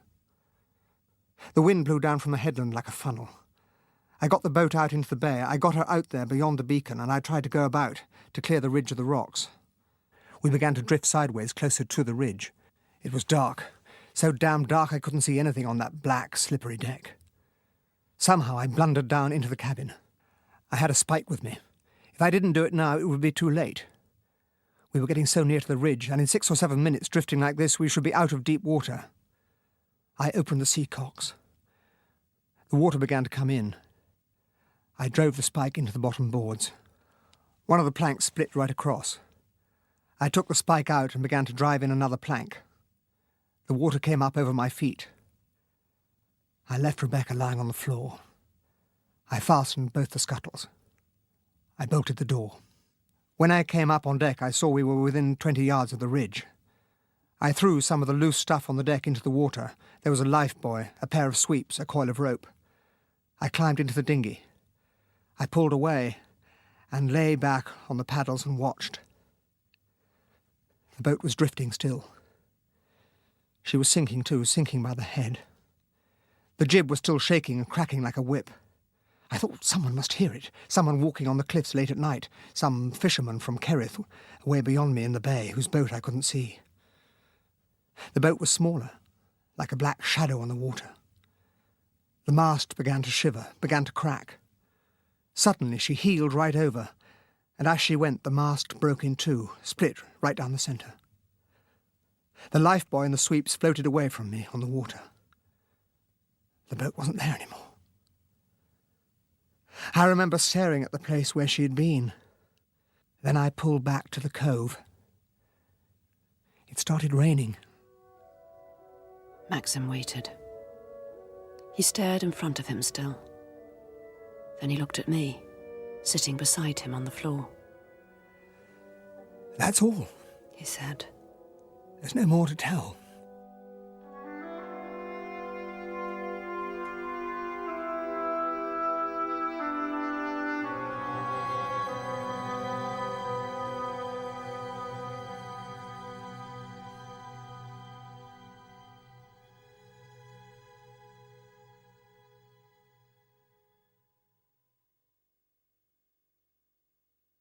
Rebecca is dead, I said. That's what we've got to remember. Rebecca is dead. She can't speak. She can't bear witness. She can't harm you any more, There's her body. he said. The diver has seen it. It's lying there on the cabin floor. If they find out it's Rebecca, you must say the other body was a mistake. You must say that the body in the crypt was a mistake, a ghastly mistake. You must say that when you went to Edgecombe you were ill. You did not know what you were doing. You were not sure even then. You could not tell. It was a mistake, just a mistake. You will say that, won't you? Yes. He said. Yes. They can't prove anything against you, I said. Nobody saw you that night. You had gone to bed. They can't prove anything. No one knows but you and I. No one at all, not even Frank. We are the only two people in the world to know, Maxim. You and I. Yes. He said. Yes. They will think the boat capsized and sank when she was in the cabin, I said. They will think she went below for a rope for something, and while she was there the wind came from the headland, and the boat heeled over, and Rebecca was trapped. They'll think that, won't they? I don't know. He said. I don't know. Suddenly the telephone began ringing in the little room behind the library. Maxim went into the little room and shut the door. I had a sick, expectant feeling at the pit of my stomach. Maxim came back into the room. It was Colonel Julian. He's just been talking to Searle. He's coming out with us to the boat tomorrow. Searle's told him. Why Colonel Julian? Why? He's the magistrate for Kerrith. He has to be present. Inspector Welsh, too. Why? Why Inspector Welsh? It's the custom when a body's been found. Maxim rose early next morning and left without waking me. I spent my morning as busily as I could. At 1:05 I heard the sound of a car in the drive, and then voices in the hall. Maxim came in, and Frank, and Colonel Julian. The Colonel spoke quietly, gravely, like a doctor. This is a most distressing thing, Mrs. De Winter. I do feel for you and your husband most acutely. To Maxim, he said. What makes it so difficult was the fact of your identifying the first body over a year ago. Frank said quickly. I think the mistake was very natural under the circumstances. The authorities wrote to Maxim presupposing that the body was hers, and Maxim wasn't well at the time. That's nonsense. I was perfectly well. Colonel Julian said. Well, it's no use going into all that now. You've made that first identification to Winter, and now the only thing to do is to admit the error. There seems to be no doubt about it this time. No. I just wish you could be spared the formality and the publicity of an inquest, but I'm afraid that's quite impossible. Naturally. I don't think it'll take very long, but it has to be done. No, what bothers me is the wretched publicity of the affair, so sad and unpleasant for you and your wife. That evening, when Frith brought in the local paper, there were great headlines right across the top of the page, and an awful blurred photograph of Maxim that must have been at least 15 years old. It was dreadful seeing it there on the front page, staring at me. The story was in the London papers too. I thought of all the things they could say if they knew the truth. Not one column, but 5 or 6. Newsboys shouting in the streets, outside the underground stations. The inquest was to be held at Lanyon, the market town 6 miles the other side of Kerrith. We had to park the cars in the big cobbled square by the marketplace. Dr. Phillips' car was there already, and also Colonel Julian's. I think I shall stay here, I said. I don't think I'll come in with you after all. They went off together and left me sitting in the car. The minutes went by. I got out of the car, and in spite of myself I found I was coming to the building where the inquest was being held. I saw a policeman watching me curiously from the door. Excuse me, madam. Aren't you Mrs. De Winter? Yes. How long will they be? I'll go and inquire if you like. He disappeared along the passage. In a moment he came back again. Mr. De Winter has just given his evidence. Captain Searle and the diver and Dr. Phillips have already given theirs. There's only one more to speak. Mr. Tabb, the boat builder from Kerrith. Perhaps you'd like to hear the remaining evidence. There is a seat just there, inside the door. Yes, I said. Yes, I think I will. I slipped in and sat down just by the door. My heart gave a jump suddenly as I recognised Mrs. Danvers. She was sitting right at the back, and Favell was beside her. Jack Favell, Rebecca's cousin. James Tabb, the boat builder, was standing up now, and the coroner was asking a question. Yes, sir. I converted Mrs. De Winter's little boat. She gave me the job of doing her up like a little yacht. Was the boat in a fit state to put to sea? She was. Has the boat ever been known to capsize before? No, sir. She was a stout seaworthy boat and could stand a lot of wind. Mrs. De Winter had sailed her in worse weather than she ever found that night. That's what I've said all along. I can't understand Mrs. De Winter's boat being lost on a night like that. But surely, if Mrs. De Winter went below for a coat, as is supposed, and a sudden puff of wind was to come down from the headland, it would be enough to capsize the boat. James Tabb shook his head. No, I don't see that it would. I went and looked at the boat yesterday. Captain Searle himself gave me permission. There was nothing wrong with that boat as regards the work I did to her. She was lying on sand, and there wasn't a mark of rock on her. So, what I want to know is this. Who drove the holes in her planking? Rocks didn't do it. There were holes, done with a spike. And that's not all. The seacocks have been turned on, and they're always kept tight closed when you're under way, otherwise the water would flow in. When I examined the boat yesterday, both seacocks were turned full on. It's my opinion, sir, that the boat never capsized at all. She was deliberately scuttled. Someone in front of me stood up, and they were talking, too. They were all talking. The coroner was asking everybody to be silent. Mr. De Winter, you heard the statement from James Tabb, who had the care of Mrs. De Winter's boat.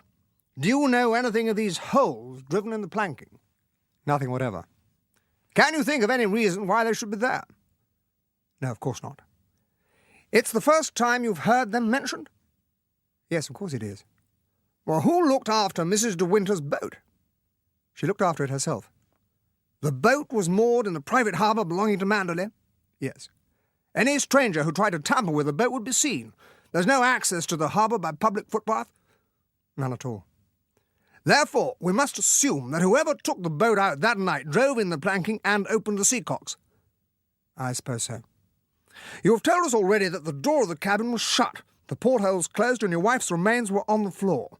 This was in your statement, and in Dr. Phillips', and in Captain Searle's. Yes. And now, added to this is the information that a spike was driven through the bottom and the seacocks were open. Does this not strike you, Mr. De Winter, as being very strange? Certainly. You've no suggestion to make? No, none at all. Mr. De Winter, painful as it may be, it's my duty to ask you a very personal question. Yes. Were relations between you and the late Mrs. De Winter perfectly happy? They had to come, of course. Those black spots in front of my eyes, dancing, flickering, stabbing the hazy air, and it was hot. So hot, with all these people, all these faces, and no open window. The door, from being near me, was farther away than I had thought, and all the time the ground coming up to meet me. And then, out of the queer mist around me, Maxim's voice, clear and strong. Will someone take my wife outside? She's going to faint. I was sitting in a little room. The policeman was there, bending over me, giving me a glass of water. And someone's hand was on my arm. Frank's hand. Maxim told me to take you back to Manderley. Can you walk as far as the car, or shall I bring it round? I can walk, but I'd much rather stay. I want to wait for Maxim. Maxim will be a long time. Why will they be a long time? What are they going to do? Well, they may have to go over the evidence again. They won't believe in an accident anymore. We drove back to Manderley in silence. Will you be all right now? Said Frank. I shall go back to Lanyon. Maxim may want me. He did not say anything more. He got quickly back into the car again and drove off.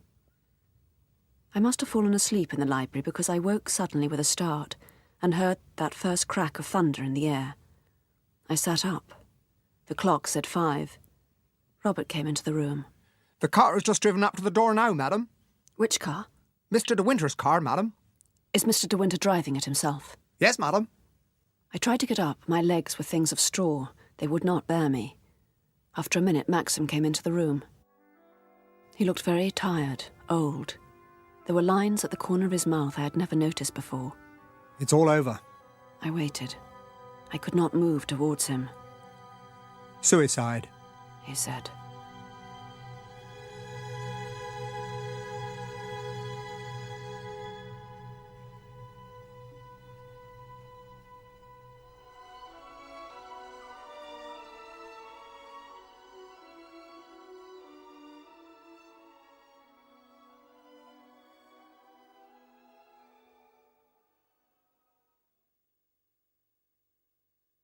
Later that evening, when Maxim was resting before dinner, Frith came to me in the library. Excuse me, madam. There's a gentleman to see Mr. De Winter, madam. Who is it? I said. Frith looked uncomfortable. It's a gentleman who used to come here frequently at one time when Mrs. De Winter was alive. A gentleman called Mr. Favell. I think perhaps I'd better see him, I said. Very good, madam. In a few moments, Frith returned and showed Favell into the library. He looked much the same as before, but a little rougher, if possible, a little more untidy. This business has been a shock to me, you know. A bloody awful shock. Rebecca was my cousin. I was damn fond of her. Yes, I said. I'm very sorry for you. I'm going to see justice is done to Rebecca. Suicide! God almighty! That doddering old fool of a coroner! You and I know it wasn't suicide, don't we? Don't we? The door opened, and Maxim came into the room, with Frank just behind him. Maxim stood quite still, with the door open, staring at Favell. What the hell are you doing here? Favell waited a moment, and then he began to smile. As a matter of fact, Max, old chap, I came to congratulate you on the inquest this afternoon. Maxim did not move. I saw Frank close the door very quietly. You realise, don't you, that I can make things damned unpleasant for you if I choose? Not only unpleasant, but shall I say, dangerous. Still, Maxim did not move. He never took his eyes off Favell. Oh, yes. In what way can you make things dangerous? I suppose there are no secrets between you and your wife, and from the look of things, Crawley there just makes the happy trio. You all know about Rebecca and me. We were lovers, weren't we? I've never denied it, and I never will. Very well, then. But you never knew I had this note, did you? I kept it, because it was the last thing she ever wrote to me. I'll read it to you. He took a piece of paper out of his pocket. I recognised that thin, pointed, slanting hand. I tried to ring you from the flat, but could get no answer. I'm going down to Manders right away. I shall be at the cottage this evening, and if you get this in time, will you get the car and follow me? I'll spend the night at the cottage and leave the door open for you. I've got something to tell you, and I want to see you as soon as possible. Rebecca. He put the note back in his pocket. Now, that's not the sort of note you write when you're going to commit suicide, is it? It was waiting for me at my flat when I got back about 4 in the morning. I telephoned the following morning and heard Rebecca had been drowned. None of us spoke. Now, Max, I've laid all my cards on the table. Why can't we come to some agreement? If I had a settlement of 2,000 or 3,000 a year for life, I could jog along quite comfortably. And I'd never trouble you again. I swear before God I would not. Maxim finally replied. You think you can frighten me, don't you, Favell? Well, you're wrong. I'm not afraid of anything you can do. There's the telephone in the next room. Shall I ring up Colonel Julian and ask him to come over? He's the magistrate. He'll be interested in your story. Favell stared at him and laughed. Good bluff, Max, but it won't work. You wouldn't dare ring up old Julian. I've got enough evidence to hang you, old man. Maxim walked slowly across the room and passed through to the little room beyond. I heard the click of the telephone. I heard Maxim's voice, very cool, very calm. He came back into the room. Julian is coming right away. Presently, Colonel Julian arrived, and Frith showed him into the room. Maxim nodded to him. I think you realise that I haven't brought you out on an evening like this for a social half-hour before dinner. This is Jack Favell, my late wife's first cousin. Go ahead, Favell. Favell stared at him a moment. He put his hand slowly in the waistcoat pocket and brought out Rebecca's note. This note was written a few hours before Rebecca was supposed to have set out on that suicide sail. Here it is. I want you to read it and say whether you think a woman who wrote that note had made up her mind to kill herself. Colonel Julian took a pair of spectacles from a case in his pocket and read the note. Then he handed it back to Favell and said, No, on the face of it, no, but I don't know what the note refers to. Perhaps you do, or perhaps De Winter does. Maxim did not say anything. Favell twisted the piece of paper in his fingers. My cousin made a definite appointment in that note, didn't she? She deliberately asked me to drive down to Mandalay that night because she had something to tell me. He turned his head and looked slowly towards Maxim. Rebecca never committed suicide. Max de Winter murdered Rebecca, and I'm going to prove it. Colonel Julian said quietly, Wait a minute, Mr. Favell. Why didn't you produce that letter in court? Favell stared at him and laughed. Why? Because I didn't choose to, that's why. I prefer to come and tackle de Winter personally. I tell you, he killed Rebecca because of me. He knew I was her lover. He was jealous, madly jealous. He knew she was waiting for me at the cottage on the beach, and he went down that night and killed her. Then he put her body in the boat and sank her. Quite a clever story, Favell, in its way, but you have no proof. You can't produce one shred of evidence against de Winter, and you know it. You can't even prove your own story, can you? Can't I? I saw Favell smile. He came across to the fireplace and rang the bell. I guessed already what was going to happen. Frith answered the bell. Ask Mrs. Danvers to come here. Frith glanced at Maxim. Maxim nodded shortly, and Frith left. We all waited, watching the door. Then Mrs. Danvers came into the room. Colonel Julian addressed her. I want to ask you a question, and the question is this. Were you aware of the relationship between the late Mrs. de Winter and Mr. Favell here? They were first cousins. I was not referring to blood relationships, Mrs. Danvers. I'm afraid I don't understand, sir. Oh, come of it, Danny. You know damn well what he's driving at. I've told Colonel Julian already, but he doesn't seem to believe me. Rebecca and I had lived together off and on for years, hadn't we? She was in love with me, wasn't she? To my surprise, Mrs. Danvers considered him for a moment without speaking, and there was something of scorn in the glance she gave him. She was not. Listen here, you old fool. She was not in love with you or Mr. de Winter. She was not in love with anyone. She despised all men. She was above all that. Favell flushed angrily. Listen here, didn't she come down the path through the woods to meet me night after night? Didn't you wait up for her? Didn't she spend the weekends with me in London? Well, and what if she did? She had a right to amuse herself, hadn't she?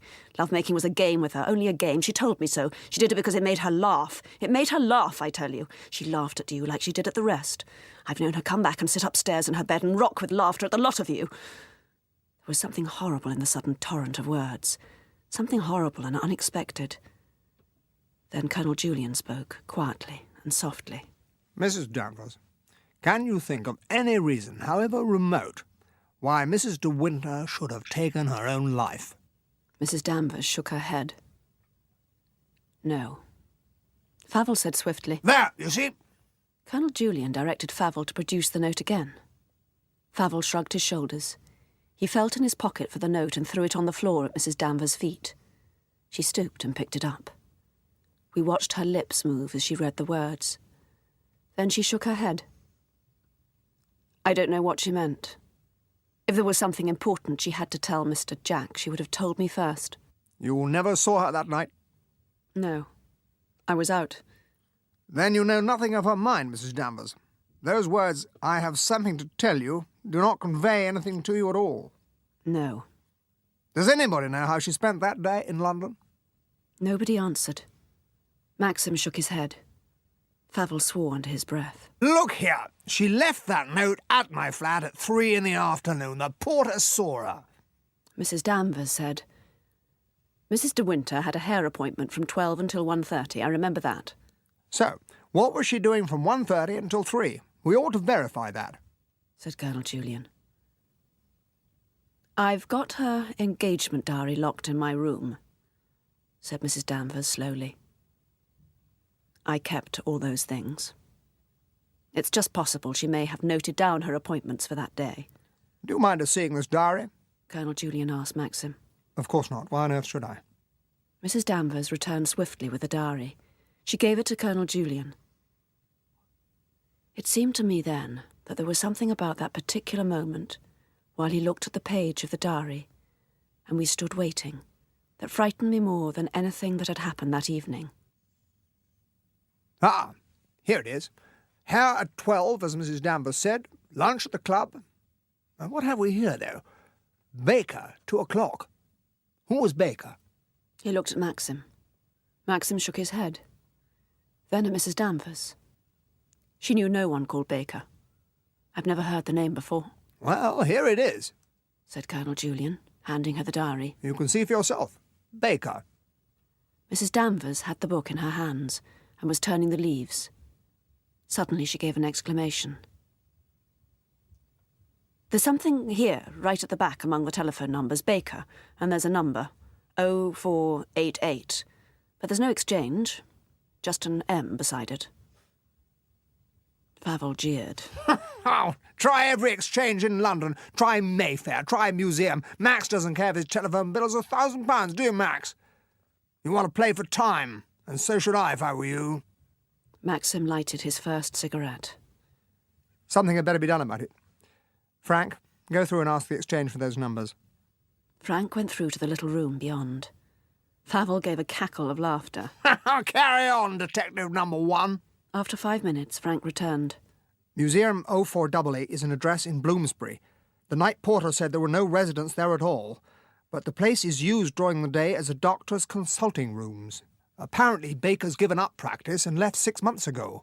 But we can get hold of him all right. The porter gave me his address. It was then that Maxim looked at me. He looked at me for the first time that evening, and in his eyes I read a message of farewell. Then he turned to Frank. Well done. What's the address? Somewhere near Barnet, north of London, said Frank, giving him a slip of paper. But it's not on the telephone. We can't ring him up. We'll have to drive down. Colonel Julian said, Satisfactory work, Crawley. Mrs. Danvers, can you throw any light on the matter now? Mrs. Danvers shook her head. Mrs. de Winter never needed a doctor. Favell said, The note and that appointment seem to hang together. But what the hell was it all about? That's what I want to know. What was the matter with her? The truth screamed in their faces, and they did not see. They all stood there, staring at one another, and they did not understand.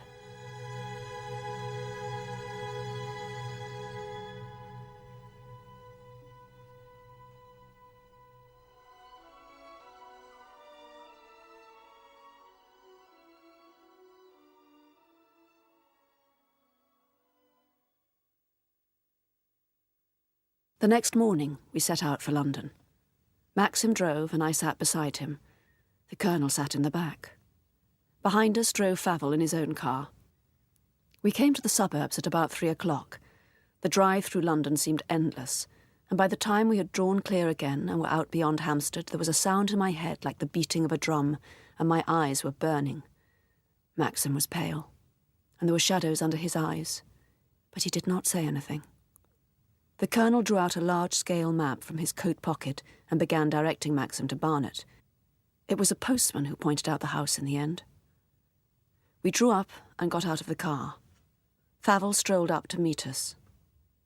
We walked up the drive to the front door. A strange, incongruous little party. Colonel Julian rang the bell. It tinkled somewhere in the back premises. There was a long pause. A very young maid opened the door to us. She looked startled at the sight of so many of us. Dr. Baker, said Colonel Julian. Yes, sir. Will you come in? And she showed us into the drawing room. We waited there for about 5 minutes. Then the door opened and a man came into the room, looking a little surprised. Won't you sit down? He turned to me. I sat down in the nearest chair and waited. You must think this is a very unorthodox invasion, Dr. Baker, and I apologise very humbly for disturbing you like this. My name is Julian. This is Mr. de Winter, and Mrs. de Winter, and Mr. Favell. You may have seen Mr. de Winter's name in the papers recently. Oh, yes. Yes, I suppose I have. Some inquest or other, wasn't it? My wife was reading all about it. Maxim turned to the doctor. We've driven up to see you today because we found your name and the telephone number of your old consulting rooms in my wife's engagement diary. She seems to have made an appointment with you and kept it at 2 o'clock on the last day she ever spent in London. Could you possibly verify this for us? Dr. Baker was listening with great interest. But when Maxim had finished, he shook his head. I'm most awfully sorry, but I think you've made a mistake. I should have remembered the name de Winter. I've never attended a Mrs. de Winter in my life. Colonel Julian asked, Could she have come to see you and given a false name? Why, yes, that's possible. It's rather unusual, of course. Would you have any records of the visit on your files? I know it's not etiquette to ask, but the circumstances are very unusual. We do feel her appointment with you must have had some bearing on the case, and her subsequent death. Murder, said Favell. Dr. Baker raised his eyebrows and looked inquiringly at Maxim. I had no idea there was any question of that. Of course I understand, and I'll do anything in my power to help you. If you'll excuse me a few minutes, I'll go and look up my files. Presently, Dr. Baker came back into the room with a large book and a file case in his hands. He carried them over to the table, opened the book and began turning the pages. The 12th, did you say, at 2 o'clock? Oh. We none of us moved. We all watched his face. I saw a Mrs. Danvers on the 12th at 2 o'clock. She gave a wrong name, of course, said Maxim. That was obvious from the first. Do you remember the visit now, Dr. Baker? Yes, Mrs. Danvers, I remember now. He read through the files, then replaced them in the case. He glanced at Maxim. Of course, this is unprofessional, you know. We treat patients as though they were in the confessional. But your wife is dead, and I quite understand the circumstances are exceptional. You want to know if I can suggest any motive why your wife should have taken her life. I think I can. The woman who called herself Mrs. Danvers was very seriously ill. The pain was slight as yet, but the growth was deep-rooted, and in 3 or 4 months' time she would have been under morphia. An operation would have been no earthly use at all. The X-ray photographs showed a certain malformation of the uterus, I remember, which meant she could never have had a child. But that was quite apart. It had nothing to do with the disease. I remember hearing Colonel Julian speak, saying something about Dr. Baker being very kind to have taken so much trouble. You've told us all we want to know, and if we could possibly have a copy of the memorandum in your file, it might be very useful. Of course, said Dr. Baker. Of course. We went and stood by the car. No one said anything for a few minutes. Colonel Julian handed round his cigarette case. Favell looked grey, rather shaken. I noticed his hands were trembling as he held the match. Shall we get into the car and go? Said Colonel Julian to Maxim. We can make our plans as we go along. Maxim held open the door of the car, and Colonel Julian climbed in. I sat down in my seat in the front. Favell still leant against the car and did not move. He was watching Maxim. He had lost the grey colour now, and the old unpleasant smile was forming on his lips. It's been a stroke of luck for you, hasn't it, Max? You think you've won, don't you? The law can get you yet, and so can I, in a different way. He stepped back onto the pavement, the smile still on his lips. The car slid forward. As we turned the corner, I looked back and saw him standing there watching us, and he waved his hand, and he was laughing. We drove on for a while in silence. Then Colonel Julian spoke. He can't do anything. That smile and that wave were part of his bluff. They're all alike, those fellows. He hasn't a thread of a case to bring now. Baker's evidence would squash it. Maxim did not answer. I glanced sideways at his face, but it told me nothing. We drove on through the northern suburbs and came once more to Finchley and Hampstead. Colonel Julian said, What do you propose doing? I've got a sister living in St. John's Wood and feel inclined to take her unawares and ask for dinner, and then catch the last train from Paddington. Could you throw me out at my sister's? When we came to the house, Maxim drew up a little way ahead of the gate. It's impossible to thank you for all you've done today. You know what I feel about it without my telling you. My dear fellow, I've been only too glad. If only we'd known what Baker knew, of course, there'd have been none of this at all. Well, goodbye to you both. Don't get overtired. It's been a long day. Now that we were alone again, the strain was over. The sensation was one of almost unbearable relief. Maxim did not speak.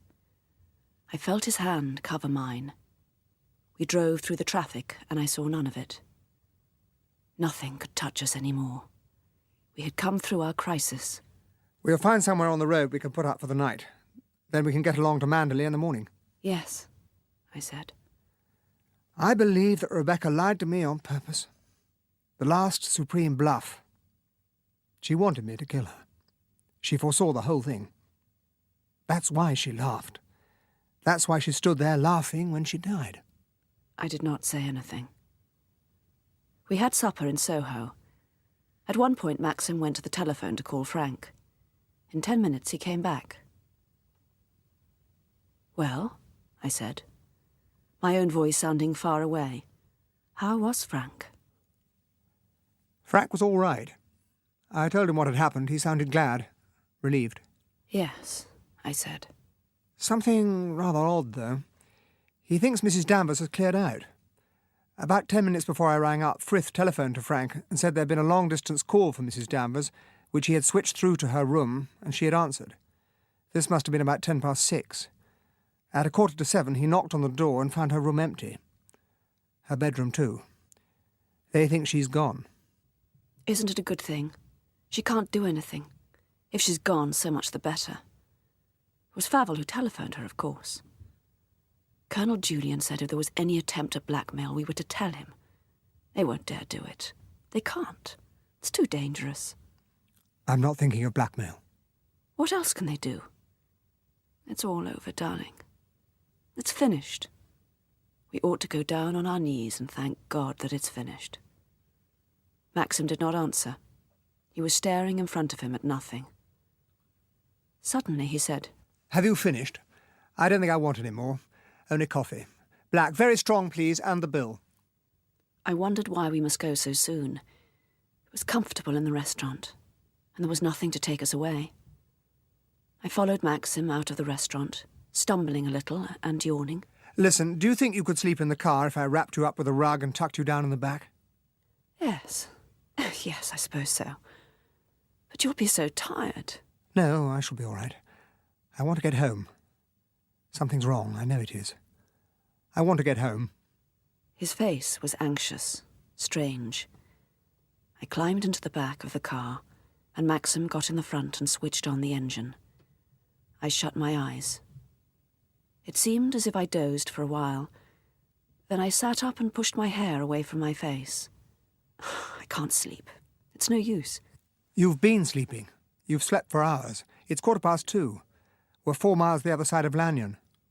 I climbed over and sat beside him, staring in front of me through the windscreen.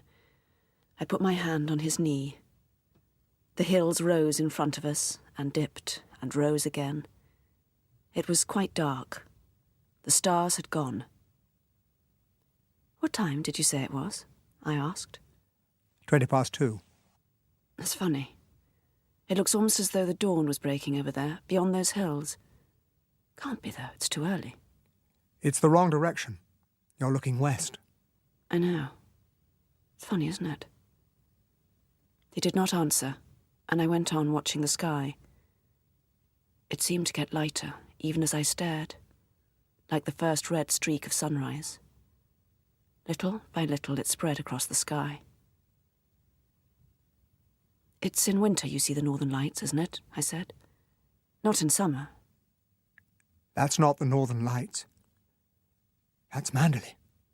I glanced at him and saw his face. I saw his eyes. Maxim, I said. Maxim, what is it? He drove faster, much faster, and topped the hill before us. The road to Manderley lay ahead.